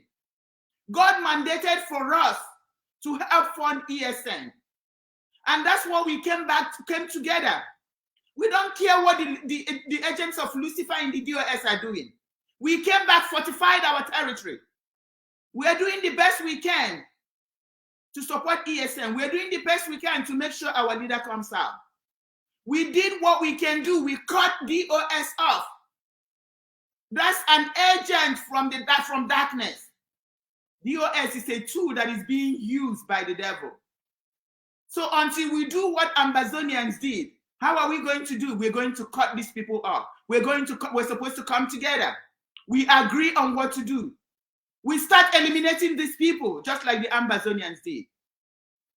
If we keep on dancing around them, DOS this, DOS that, we are wasting time. We are going to keep on going in circles. Dr. Ayaba tried to make contacts with DOS, members of the DOS. They declined him. They didn't want to meet with him because they know he has a solution. They know he has a strategy. They know that the strategy they use works for them. That's why they didn't want to give him audience. That's why they don't want us to implement that strategy. Until we come together and cut them off, we're going to be going in a circle. There's something I'm going to say. It's going to be very strange. Believe me, people of Ambazonia, I'm not going to tell you it's all of them. They're also Idu. When the time comes, they're going to find out they're also Idu. I don't know how it's going to happen in the next couple of years when we get our freedom. But they are also from the nation of Idu. Whenever I talk to Ayaba or any of them, I will let them know. These are who you guys are. And if they're getting their freedom, it means that we, the original people, are also going to get our freedom. Until we do something, we're not going to fold our hands and complain and whine and cry. We have to take the laws into our hands. Look at our brothers and sisters in Israel. They bring the war. They will finish the war for you. We need to arise. We need to get rid of all the evil people, all the agents of Lucifer. There are so many Luciferians among us. They are in the leadership. We boycott them. We get rid of them. We do what we need to do. We get our freedom and we stop dying. We're supposed to live in a land that's filled with milk and honey. I am in a hurry to get to that land. And every single one of us should be in a hurry to enter into a land that is filled with milk and honey. Thank you. Thank you very much, Dr. Nelly. Thank you very much for answering that question. I think maybe there will be a day that we are going to do question and answer because we have lots of people calling in, but we are not going to be able to respond to them right now. My suggestion is if you have a question, send it to my number and I'll be able to forward it to Dr. Nelly. And next time when we are coming, we'll be able to bring all the questions and answer them one after the other. You know, one thing I want to say is that Dr. Nelly is championing something. And somebody else have another idea. Champion something. I don't know. The last caller, I don't think is a good idea to me, anything what he just said. Because everything he said, we have already known them. The problem is that who is championing something? Who is championing something? We can't be calling and be asking one person to be doing everything. Champion something. Bring your idea. Our leader say anything that you can do to give us freedom, do it. Champion it. Bring the idea, and whatever thing you need will be support. Will be given to you for you to do whatever you're supposed to do. We have said this thing many, many times. I don't know why some people don't understand. We have said it. I mentioned 3 strategies. I always repeat it. One of the last strategy I mentioned is our community defense system. Every community, set up your defense system to protect your community. And if you need any assistance, if you need any help, send message, call us, and we'll be able to give you guidance. We have said that. We have not seen people come out to talk to us. We only see people calling in and be either abusing us and talking all kinds of things. You cannot stop people doing what they are doing. And because we're already determined to, if you know better, bring your good idea, start it up, and then other people will back you up. That is the way to do it. The greatest gift we can give to our leader is for all of us to be radicalized for this movement. It's not just going to be Dr. Nelly. It's not just going to be Nsima. It's not going to be Simon Ekpa. It's all of us. We all have something that we can do. That is one thing that we must understand. It's very, very necessary for us to understand that. If not, we'll be waiting for ESN to go and fight for us in Akwa Ibom. Or when it happened in Anambra, we wait for ESN to go and fight in Anambra. But why there are people already in Anambra? That is something that is very, very important. Dr. Nelly, I want you to give your last word because there are still calls. We can't pick up calls except if you want me. We study a day for another day. Please, what is your last word? And what is the hope for our people? Thank you very much. Our nation, the Idu nation, is already here. Our nation is the kingdom of heaven on earth. Nobody can take it away from us.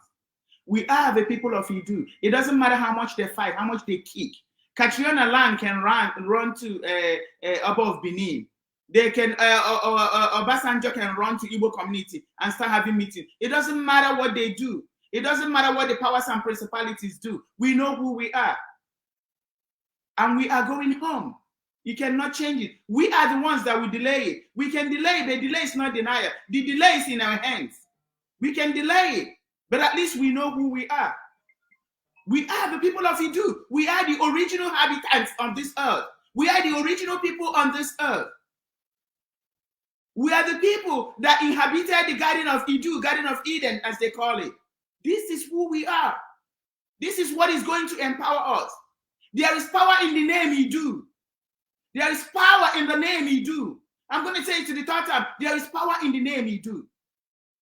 Once we acknowledge it, we're able to still get a fragment of our history. The history of the war between Idu and Oba. We know how they screamed Idu, Idu. And the angels of the Lord came and struck their enemies and destroyed them. That is what we need to bring back. That is who we are. We need to bring it back. We need to acknowledge who we are so that the host of heaven will fight this battle. So that they will destroy the sons of the uncircumcised. So that they will destroy all the powers and principalities. All the enemies, all the leaders of the world that conspired, that came against us. This is a name that we will use to defeat. Our name is like a two-edged sword. It strikes back and forth. You cannot contain that name. We need to use that name. That's the spirit we use. We need to finish the end of this battle. Because Chukwuokike Abiyama said that he is the one, the only one that will give us our freedom. Because his glory he shares with no man. It doesn't matter how long we deny it. It doesn't matter how long we prolong it. God has blessed us with the knowledge of knowing who we are. The earlier we work on it, accept it, the better for us, and the earlier we stop dying. I'm not saying we need to change our name. I'm saying that whatever we have to do to have our leader come out, we have to do it. When our leader comes out, he has to decide. I want us to know who we are, because that is going to help our leader. Our leader is not going to come out and go to and start broadcasting. No. He's going to come and release our flag. We need to be prepared, waiting for him, so that as soon as he comes out, he's going to mount that flag. We're going to chase the uncircumcised away from our land. We need to stop dying. Meanwhile, we need to stop dying. If anybody thinks that Mazi Nnamdi is going to come out and hop on the radio and start shouting, you are Biafra, you are not Biafra, you are Biafra, no, I'm not Biafra, you are this, no, that's a mistake.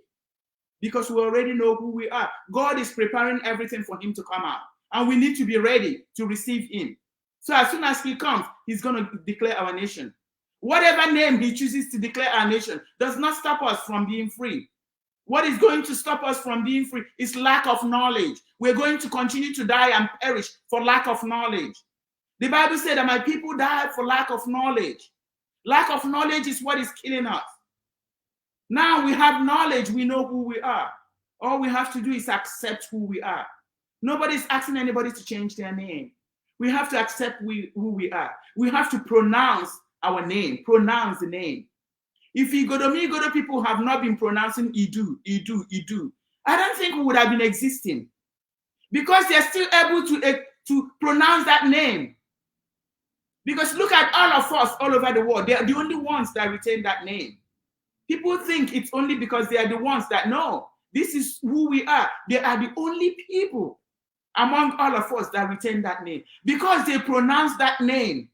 The power in the name was still manifest. It's still manifest in our life. We still excel. Despite everything that the devil is doing to us, we still excel. Do we still have the curse that is placed on us? Yes. We betray. We betray and we betray. We sell each other. We die. We are under that curse. And we need to reject it. We need to get over it. There's a covenant. That covenant has to be broken. We cannot shed our blood anymore. We refuse to shed our blood anymore. I'm pleading with every single one of us. Seek the truth. Seek the truth. Please seek the truth. Know the truth. Acknowledge the truth so that we can be free. It doesn't matter where it's come. We're in a desperate situation right now. Anything that can help us, we need to grab it. We need Mazi Nnamdi to come out. We need for our nation to be declared. There are so many things going on. Right now, Kanu and his cohort formed a new website. Go check their website, IPOB USA.org. Everything that is in our old website, all the killings, people drinking mud water, people being killed, all of us being slaughtered, they wiped it. They made a clean website for the zoo government. They went to make sure that our old website is blocked and closed so that nobody will know what happened to us. So that all of us that died, nobody, no nation will be able to have access to it. They opened a new clean website, very beautiful website. You will never know that we are being slaughtered. Go check Kanu's new website. Go see what they're doing. Nothing about Mazi Nnamdi. All they're doing is raise funds for Mazi Nnamdi for legal fund.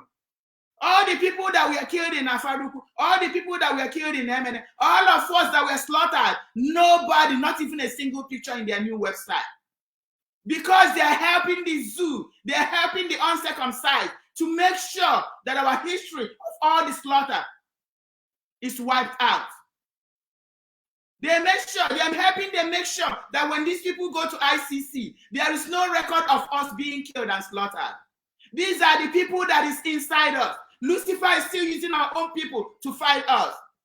Ask Kanu and his cohort, the DOS, why would they will go and develop a new website, a clean website? You will not see a single person being slaughtered. But we are slaughtered in the thousands every day. The pictures are in our old website, in our Mazi Nnamdi Kanu's website. Why do they want to get rid of Mazi Nnamdi Kanu's website? Why did they develop a new website? You will never see a single picture of the way we were killed and slaughtered in their new website. Ask yourself why. Why are we still doing this to ourselves? Why are they still using the name of Biafra to kill us? Why? Why would Kanu do this to his own brother, to his own people? Why don't Kanu want the world to see what happened to us, how we have been slaughtered? Why would they divert people's attention to their new website, telling them to go donate in the new website, knowing that people will go to that new website, knowing they will not see a single one of us being killed and slaughtered? Why is the devil using him to fight Mazi Nnamdi Kanu? Why is the devil using Kanu to fight the people of Idu? Ask yourself, why would he develop a new website? What is wrong with our old website? This has pictures of all the crime that was committed against us. Why would somebody not want people to see what was done to us? Why would anybody not want people to see how we were killed and slaughtered? Why would they help our enemies to cover all the crimes that were committed against us? Why would Kanu and his cohort develop a new website? Why would the DOS sanction a new website? And why are you waiting? Why are you going to wait for them to finish killing us? Why are you waiting? We need to rise up. This is the time to rise up. This is a battle between light and darkness. Lucifer has possessed some of us. And it's time that we raise our sword and fight these people. It's time that we call the name of Idu. We need to call the name of our ancestors. It's a warrior, it's a fire name to fight these people. We need to get rid of these people. We need to work hard to get our leader released. We need to get our freedom. I want every one of us to please send this message far and wide. We need to embark on Sunday sit at home. The Ummah that has proposed a Sunday sit at home. These are the things that we need to start working on. We need to stay at home on Sundays.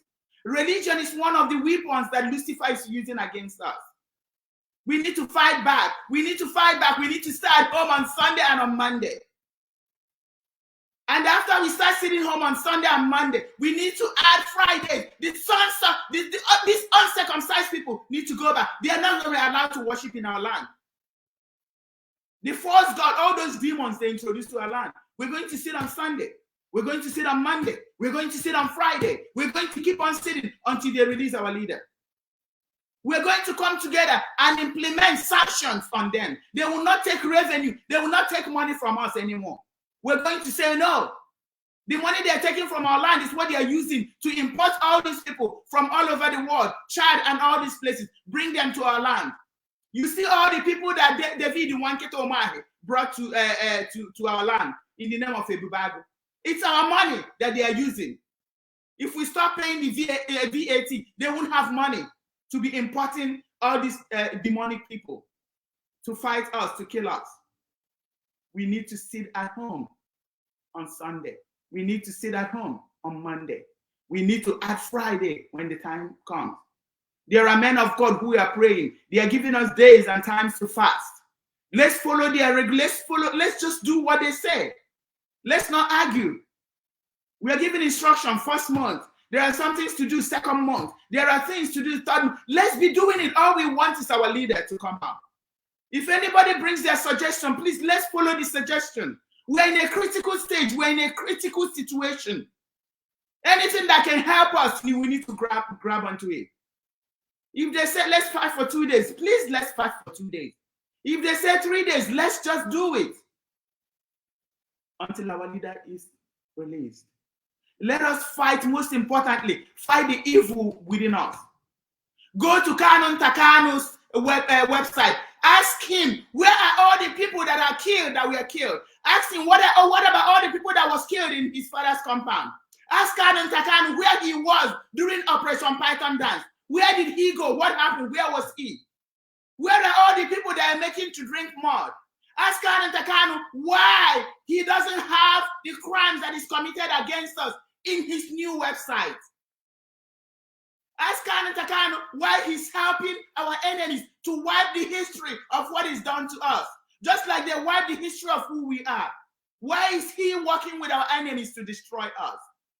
What is the point of Kanu and Nnamdi developing a new, and the DOS developing a new website?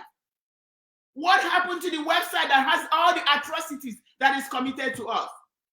I charge you to go to their website and ask them questions. Get pictures from the real pictures that happened to us. Take it to their website. Ask them, why is this not in your website? Why don't you want the world to know that all these people were killed? What are you hiding? Ask them why they are working with our enemies against us. Ask them why. Ask them why.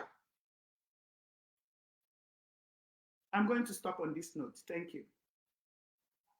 Well, thank you very much, Dr. Nelly. Thank you for spending time with us. Hopefully, you'll be able to come back again. Maybe this time around, we would like to hear from the public, their research, what they have got, what they have done.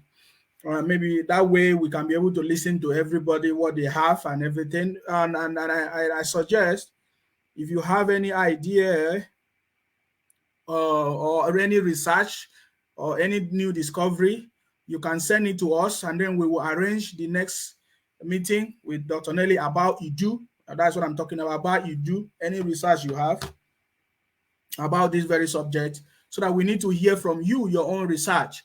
Because the few time we have after Dr. Nelly's lecture will not be enough to answer all questions. Even people are still calling me. But I think we might need to dedicate a day for people to call in and tell us whatever they have, so that from there we move on. Dr. Nelly, that is just my suggestion about that. I want to say thank you very much for the opportunity of coming here. We love you, and we know that we just want you to know that we love you. Please, always make sure you rest properly, drink a lot of water, because we don't want anything to happen to you. And hopefully you'll be able to come back again to enlighten us. I want to say thank you very much, Dr. Nelly. Sorry, we didn't hear you. What did you say? Thank you very much. I appreciate. Thank you, my people. I appreciate. We are going home. We're going to inhabit our land, a land filled with milk and honey. We are going home soon. Thank you. Please. Thank you. All right. Thank you very much, Dr. Nelly. Bye for now. Bye. Bye. All right. That was Dr. Nelly, and she was able to lecture us on Idu and why she rejected the name Biafra, which was exciting to learn. I've learned a lot, about this. Hopefully, if you are just joining us and you didn't hear from the beginning, you didn't get most of the details, please go and watch. And that is why I will end this broadcast. I wouldn't like people to call in, because I will end this broadcast because I don't want it to be very long. Please go and listen to everything that Dr. Nelly have said. And then we will continue from there, because I think she has also accepted to have like a session of question and answer. Okay. A session of question and answer. She'll be able to answer lots of questions later. Concerning the new website that Dr. Nelly is talking about, you can go and check it out. People are already putting it. IBOBinusa.org, that is the real website. That is not the one we are talking about. I don't want to share any website on my platform, okay? That's why I'm not sharing it. But the truth is that there are so many people that is working against us internally, which is a problem. We also learned that some of the ESN leaders, one of the ESN leader was abducted in Enugu and something like that, which for me, I've not confirmed that news. But I believe if it's necessary for anybody to address it, Dr. Nelly or anybody to address it, I believe they will address it. But for now, let's just keep our fingers crossed. It is all of us that will have to do something. When you are waiting for somebody to do something, it's not going to work. All of us have to do it. It was not mazi Nnamdi Kanu that told me in Sima start broadcasting. I saw the need. I believe in my freedom. I am doing this thing first, not for anybody. I'm doing it for myself and my people. That is the conviction that lead me to doing what I'm doing. I don't know if you understand me. So if you believe in your freedom and you feel that there's something you know that you can do, bring your idea, start it up. We are going to support you. Finish. You know, I have heard, many people have said to me, oh, they have better ideas. What are you still waiting for? If you have better idea, that alone should be something that will empower you and push you to come out and tell the whole world that you have a better idea. But when we come out and speak and you come to criticize it and shut us down, you don't have any idea. You are a fool and we'll bring you down. We'll put you in your right place. Nobody pushed me to come and do what I'm doing. I believe in the freedom for myself and the freedom of my people. I am not helping mazi Nnamdi Kanu to do anything. Mazi Nnamdi Kanu is fighting for his own. Me, I'm fighting for also my freedom. And then that is why I joined mazi Nnamdi Kanu, because I see that he's fighting for the freedom of our people, because I want my freedom. So I am not helping mazi Nnamdi Kanu. I am fighting for my own freedom, for the freedom of my people, Akwa Ibom and Cross Rivers and every other Biafran. That is what I'm fighting for. So if you have that conviction, in fact, this fight is supposed to be easy for us. All of us are supposed to be so easy. But because people like you don't want to fight, you are hiding your name. You don't want your people to know your name. You are hiding your identity. You are there hiding under the keyboard. We have everybody in every community in Biafra land. If all of us in every community in Biafra land stand up and defend our land, there is nothing that can stop us. You don't need to do broadcast. You don't need to do media. But with your support financially and everything, we can move this struggle forward. With your ideas, you can start up something. You don't need to be on the media. You don't need to be on Facebook. You don't need to be on social media for you to be fighting for your freedom. Do it. You can do it on the ground. Anyhow you want to do it. Do it. We have every people in our community. We have scientists, we have lawyers, we have engineers, people that are well learned. If you believe in the freedom of your people, fight for the freedom of your people. Not come and tell us what Amsima is doing is not correct. I will call you a fool and I will shut you down. Very easy. So if you have a better idea to encourage us, we will be able to listen to you and we'll adopt your idea and then we'll move forward. That is what we need. I am strongly convinced that we will continue to fight for the freedom of my people. Freedom of myself first and freedom of my people. That is why I'm here. Even when it's not convenient for me, I stand and do it. You know, I have so many issues, but I still do what I'm doing because I believe that if I have my freedom, all these issues will disappear. That is the same thing that you must have. You must do the same. The greatest gift we can give to our leader is for all of us to be radicalized for our freedom, for the restoration of our freedom, nothing else. So if we have not gotten to that point, we will still be waiting for some people to do something.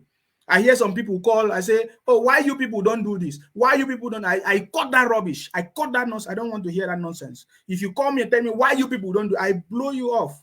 What do you mean by why you people? Who are you then? If you are not part of them, why are you telling why you people?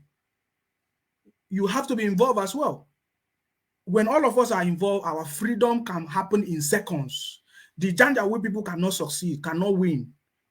They can't win us. We are more than them. In education-wise, ideas, intelligence, and everything. But because we refuse to come together, Go and do your research. You refuse. If you come to me and approach Nsima and say, oh, I have done a research about Idu Nation, can I come and share it on your platform? I will never stop you from sharing. But I've never seen anybody do that. It's anytime Dr. Nelly come, you come and be saying, oh, Dr. Nelly is not right. She's saying some that is right, some is not right. What nonsense. Thank you very much, guys, for the genuine Biafrans, for people that stand on the side of the truth. Thank you very much. Let us continue and be resolute. At the end of the day, our freedom is guaranteed. And for those people that send me stars, thank you very much for the stars. For people that send me super chat, thank you very much. I so much appreciate. Continue sending me stars, continue sending me super chat. May them die. All of them go die finish. And the good people will be alive to see the kingdom of God here on earth, restored here on earth. Thank you very much, guys. Remember that tomorrow is another sit at home. Monday is sit at home. We'll continue in our civil disobedience for our freedom to be actualized. Thank you very much, guys. Of course, you know my name. My name is Akparawa Nsima. I'm from Akwa Ibom. Akwa Ibom is Biafra. Cross Rivers is Biafra. And we must continue to protect and defend our land. Yes, I'm going to share Simon Ezekwesili's broadcast, but I'm going to end this one. Thank you very much, guys. I'm going to end this one, then I will share his broadcast. Thank you very much, guys. Bye for now.